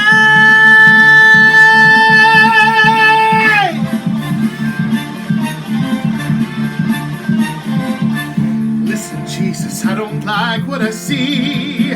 All I ask is that you listen to me. And remember, I've been your right-hand man all along. You have set them all on fire. They think they found the new Messiah. hurt you if they think they're wrong. I remember when this whole thing began. No talk of God, then we called you a man. But believe me, my admiration for you hasn't died. But every word you say today gets twisted around some other way. And they'll hurt you if they think you've lied.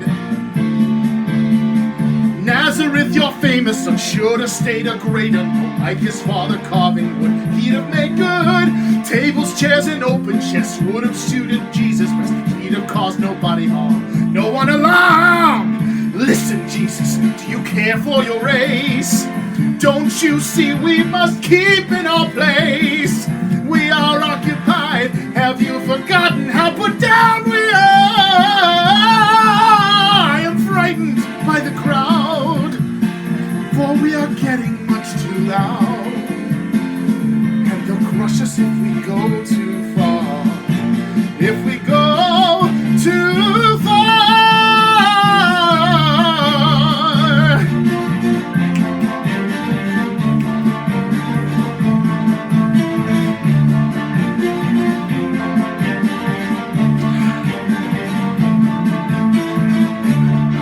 Listen, Jesus, to the warning I give. Please remember that I want us to live. But it's sad to see our chances weakening with every hour. Your followers are blind. Too much heaven on their minds. It was beautiful, but now it's sour. Yes, it's all God's hour.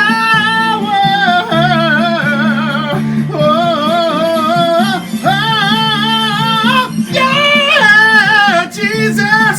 Yes, it's all gone sour. Listen, Jesus, to the warning I give. Please remember that I want us to live. Come on, listen to me.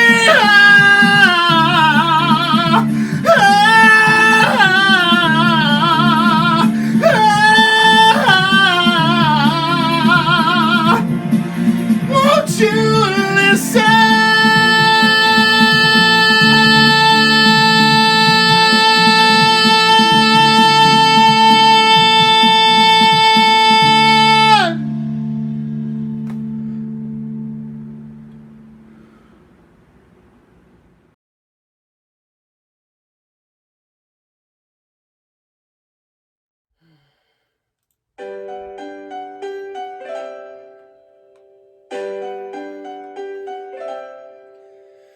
When I said I'd love you forever, I meant forever. When I said I'd never leave you, I really meant it. My love is true, my love is strong, my love to you I dedicate this song. I realize that things have changed. I know your heart's been rearranged. And you don't love me anymore, so I'm gonna camp outside your door. 'Cause I'm a stalker, I'm going to follow you. I'm a stalker, I can't believe we're through. All I ask is for one more try. I realize I'm a screwed up guy, but hey, I'm back in therapy, 'cause that's what you mean to me. It's okay if you don't want to meet, I'll watch you from across the street. Ignore me, it's fine, okay? I'll just call your voicemail 3 times a day. Pick up, pick up, pick up the phone. Pick up, I know you're there. We're all in quarantine, you have nowhere else to go. Well, okay, I was just calling to tell you one thing. I love you. I love you. I love you, I love you, I love you, I love you, I love you, I love you, I love you, I love you, I love you, I love you, I love you, I love you, I love you, I love you, I love. I could do this all night, 'cause I'm a stalker. I'm waiting at the door. I'm a stalker. Boo! I'm in the grocery store. But hey, I'm changing therapists. The scars are fading on my wrists. Yes, I'm a really special guy, 'cause I love you until I die. Whoops, I just happened to be here. My, what a pleasant surprise. I got into the ladies' room by wearing a disguise. Ooh, I sorted through your garbage. I've written to your mother. You're gonna have me in your life one way or another. 'Cause I'm a stalker. I'm hiding in the trees. I'm a stalker. I've copied all your keys. Restraining orders, time in jail. These two things are bound to fail. Yes, I will always find a way. A love that is here to stay. The thought of you excites me. It thrills me and delights me. You don't know what you're missing. You bitch, why don't you listen? Oh, whoops, that came out wrong. And just a bit too strong.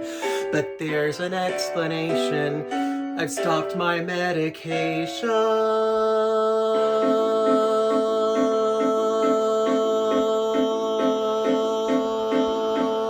I'm losing all control and slipping down the hole. And now I'm being led by the voices in my head.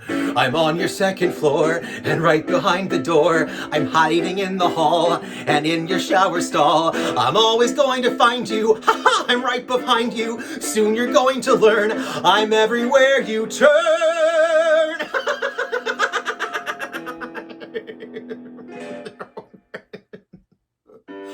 My God, I'm kidding. I swear, I'm kidding.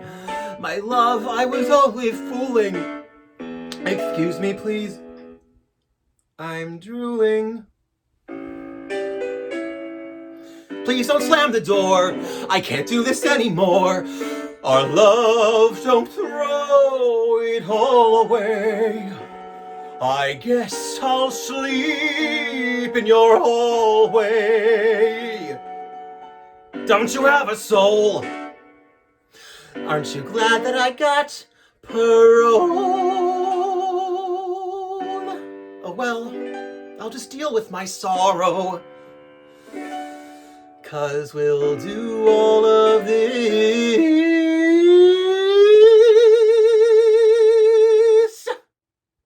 again tomorrow. Boo! I think that's the best we're gonna get.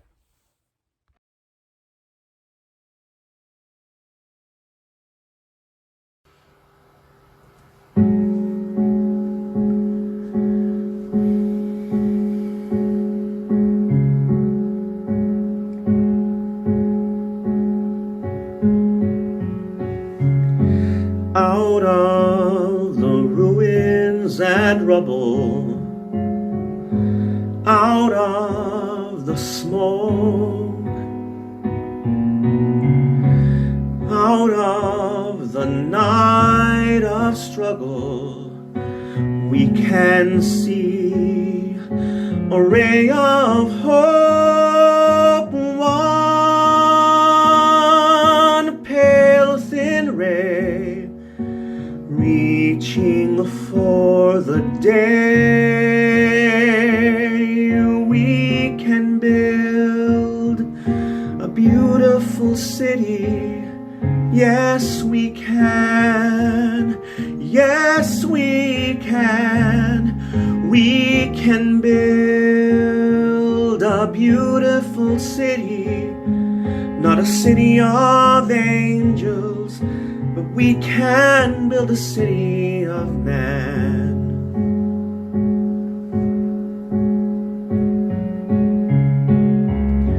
We may not reach the ending, but we can start. Slowly but truly mending, brick by brick, heart by heart. Now, maybe now, we'll start learning how we can build a beautiful city. Yes, we can. Yes, we can. We can build a beautiful city, not a city of angels, but we can build a city of man. When your trust is all but shattered, when your faith is all but killed, you can give up bitter and battered, or you can slowly start to build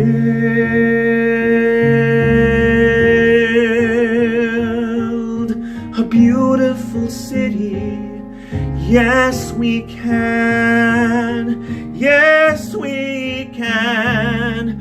We can build a beautiful city, not a city of angels, but finally a city of man.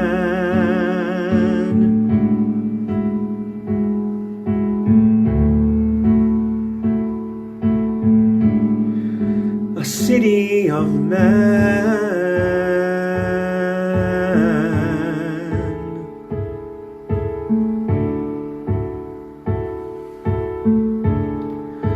A city of man.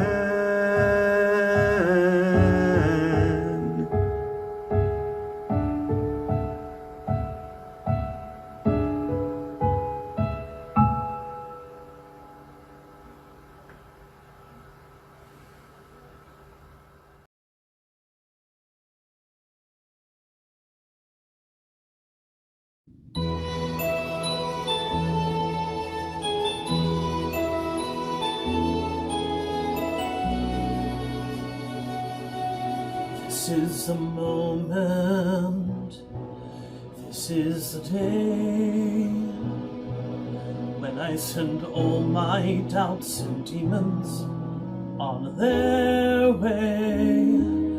Every endeavor I have made ever is coming into play, is here and now, today. This is the moment, this is the time, when the momentum and the moment are in a rhyme. Give me this moment, this precious chance. I'll gather up my past and make some sense at last. This is the moment when all I've done, all of the dreaming, scheming and screaming become one. This is the day. See it sparkle and shine when all I've lived for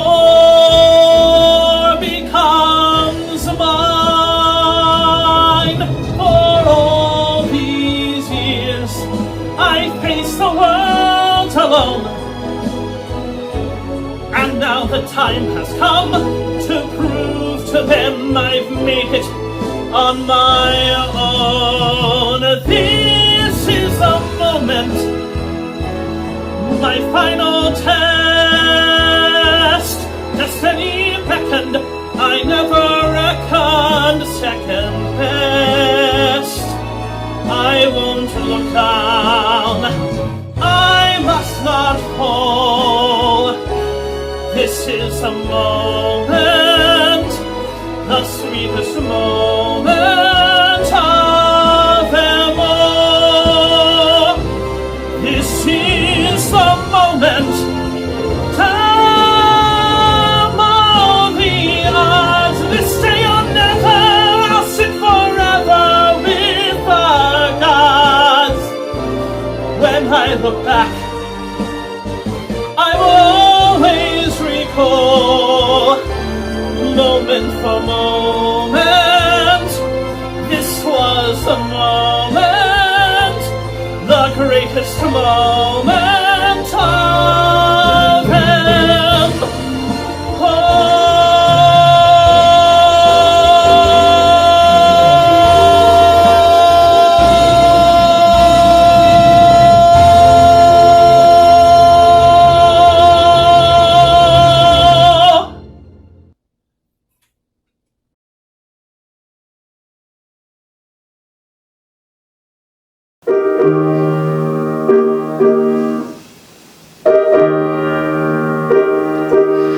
Dies Bildnis ist bezaubend schön, wie noch ein Auge je gesehen. Ich fühle es, wie das Götterbild mein Herz mit neuer Regung füllt. Mein Herz mit neuer Regung füllt.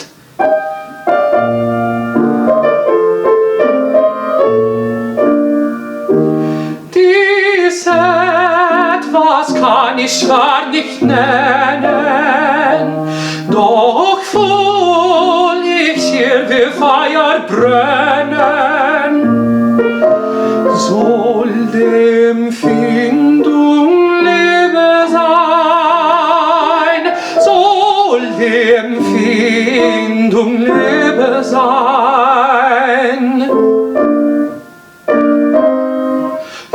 Ja, die Liebe ist allein, die Liebe, die Liebe, die Liebe ist allein.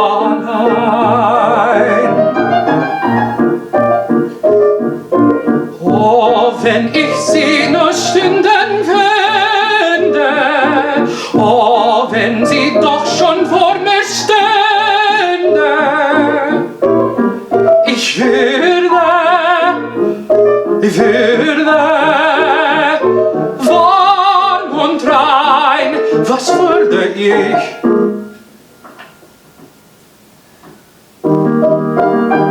Ich würde sie wollen suchen, an heißen Büßen drücken, und ewig werde sie dann mein, und ewig werde sie dann mein, und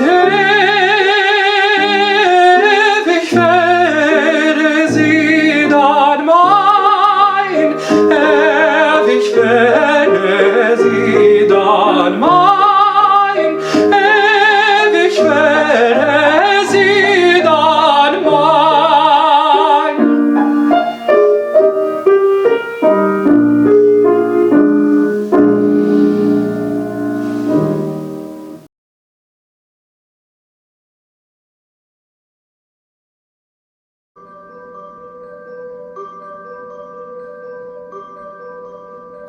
When I was 12, I learned survival, taught myself not to care. I was my single good companion, taking my comfort there. Up in my room, I planned my conquests, on my own, never asked for a helping hand. No one would understand. I never asked the pair who fought below, just in case they said no.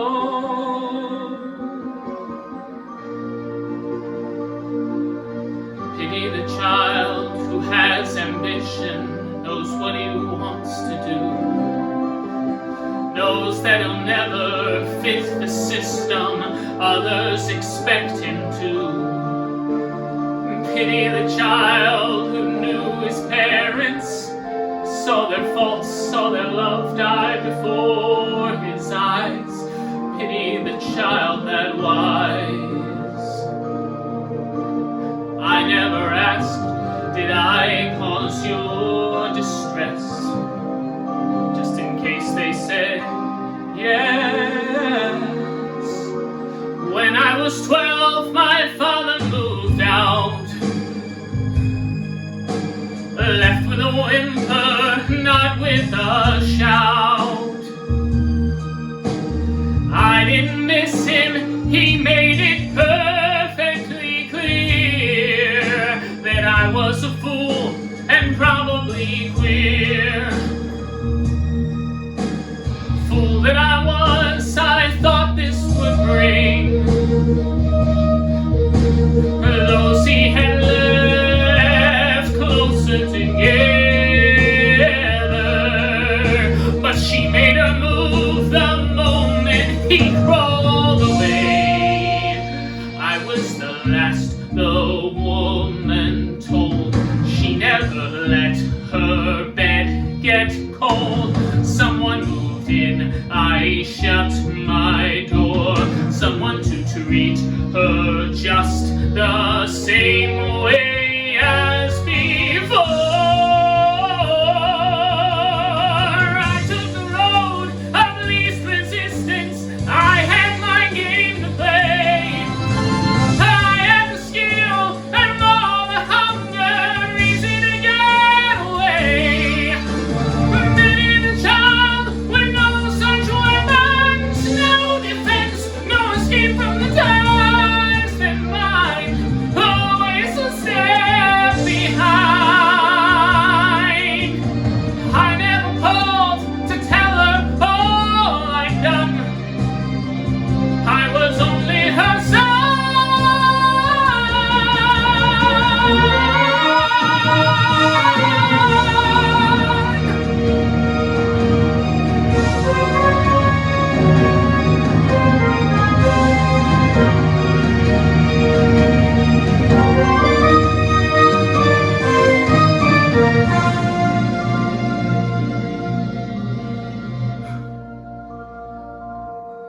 Pity the child, but not forever. Not if he stays that way.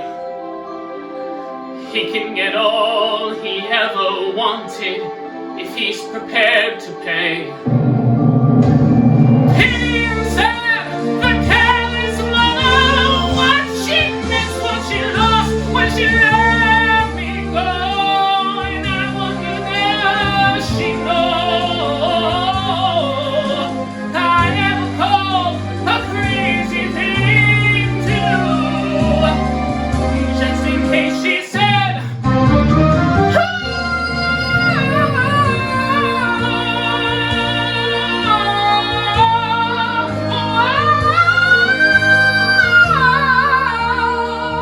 just in case she said,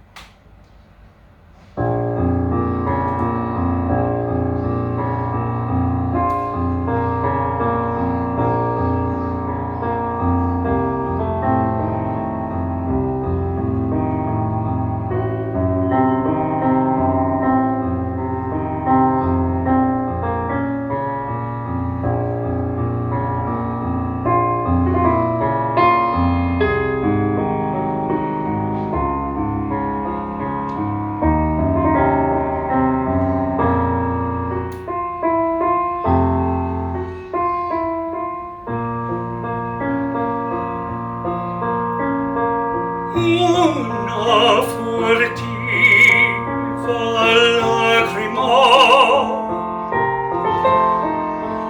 nei occhi suoi spuntò. Quelle festone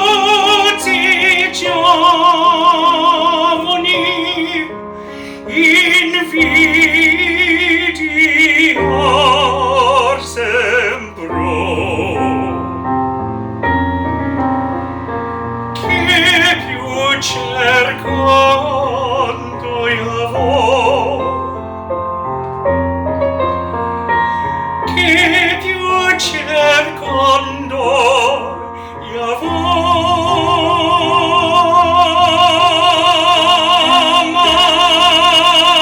mamma sì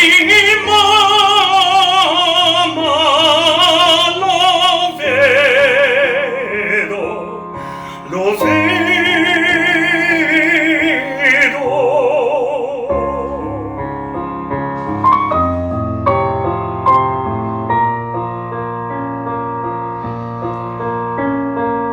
un solo istante i palpiti del suo bel cor sentì i miei sospir confondere per poco a suoi sospiri i palpiti sentì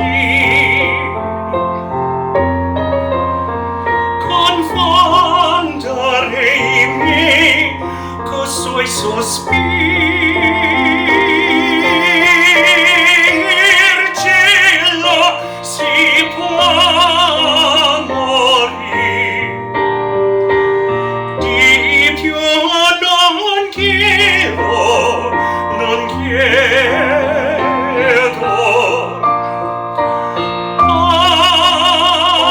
cielo si può morire di più non chiedo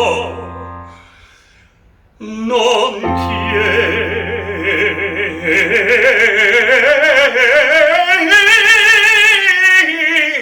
chiedo si può morire si può morire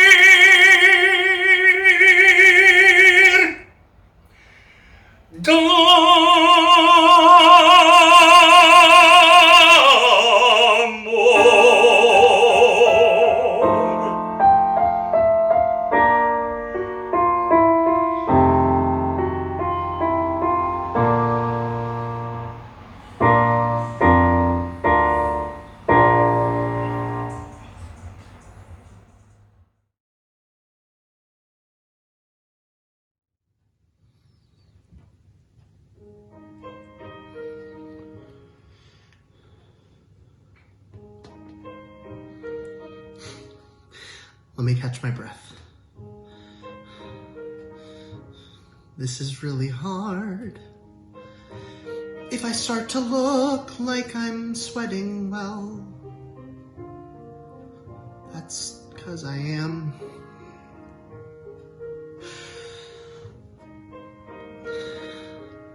I'm not good with words. But that's nothing new. Still, I have to try to explain what I want to do with you.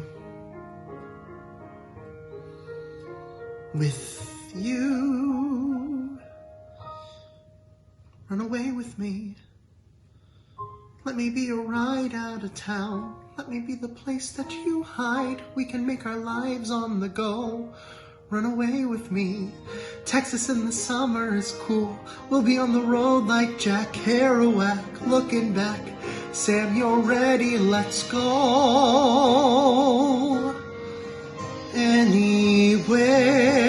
Anywhere. Get the car packed and throw me the key. Run away with me. Sam, I know it's fast. I'm in love with you. Sam, it's crazy, but Sam, I'm crazier for you. I have these plans, Sam, I have these plans of a house that we build on a bay when we run away. Let me be your ride out of town. Let me be the place that you hide. We can make our lives on the go. Run away with me. Alabama heat, sign me up. We'll be on the road like some country song. Won't be long. Sam, you're ready, let's go. Anywhere. Get the car packed and throw me the key. Run away with me. I'm not trying to make you a wife here. I'm not trying to tie you down. I'm just saying there might be a life here, a new one, as soon as we run, just as soon as we run. Run away.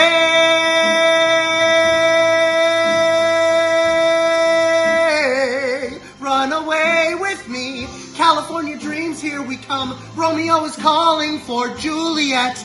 Ready, set, Sam, you're ready, let's go.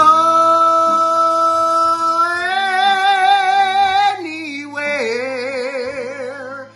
Say the word and I'm already there.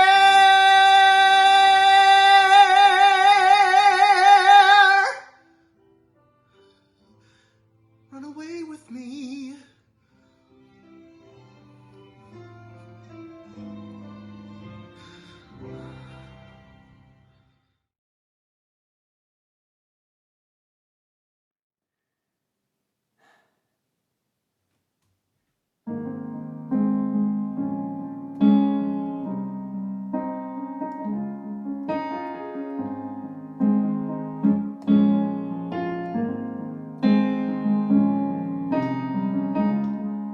There's a town that I call home, where all the streets are paved with soul. Down in Beale, there's a honky-tonk bar, hear the wail of a blues guitar. Have a beer, drop a dime in a blind man's jar.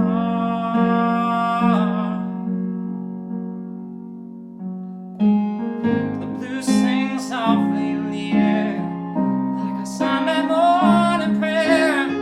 Just one more drink and you'll see God everywhere. Just a sad old melody tears you up but sets you free. That's how Memphis lives in me. There comes a time when muddy waters my mouth. There comes a point when a man's had enough. Like a friend who always stands by me.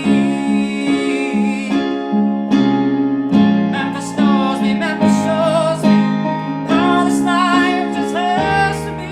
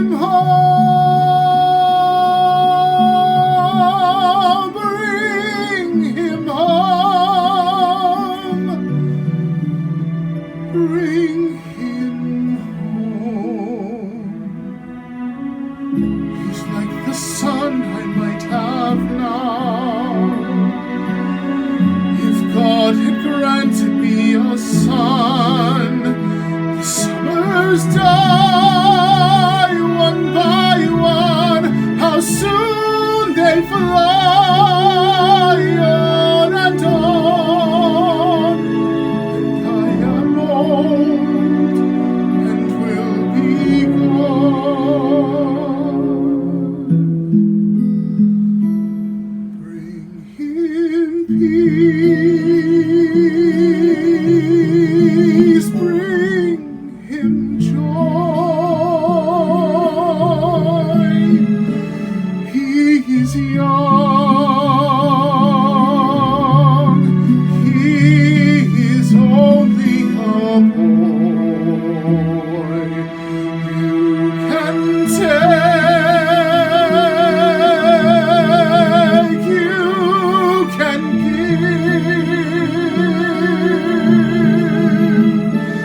Let him be,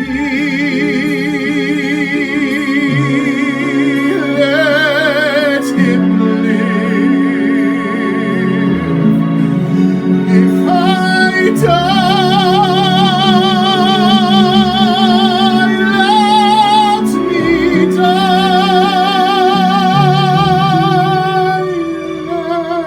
Let him live. Bring him home. Bring him home. Bring him home.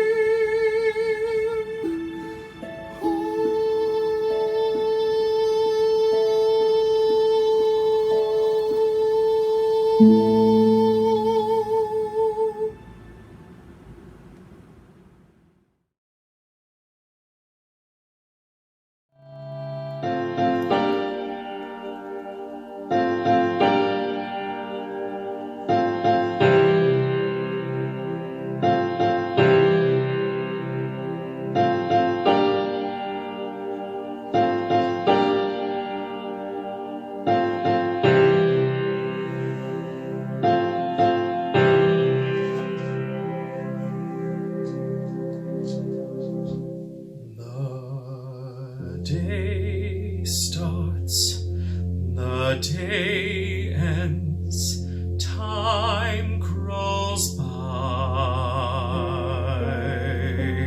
Night steals in, pacing the floor,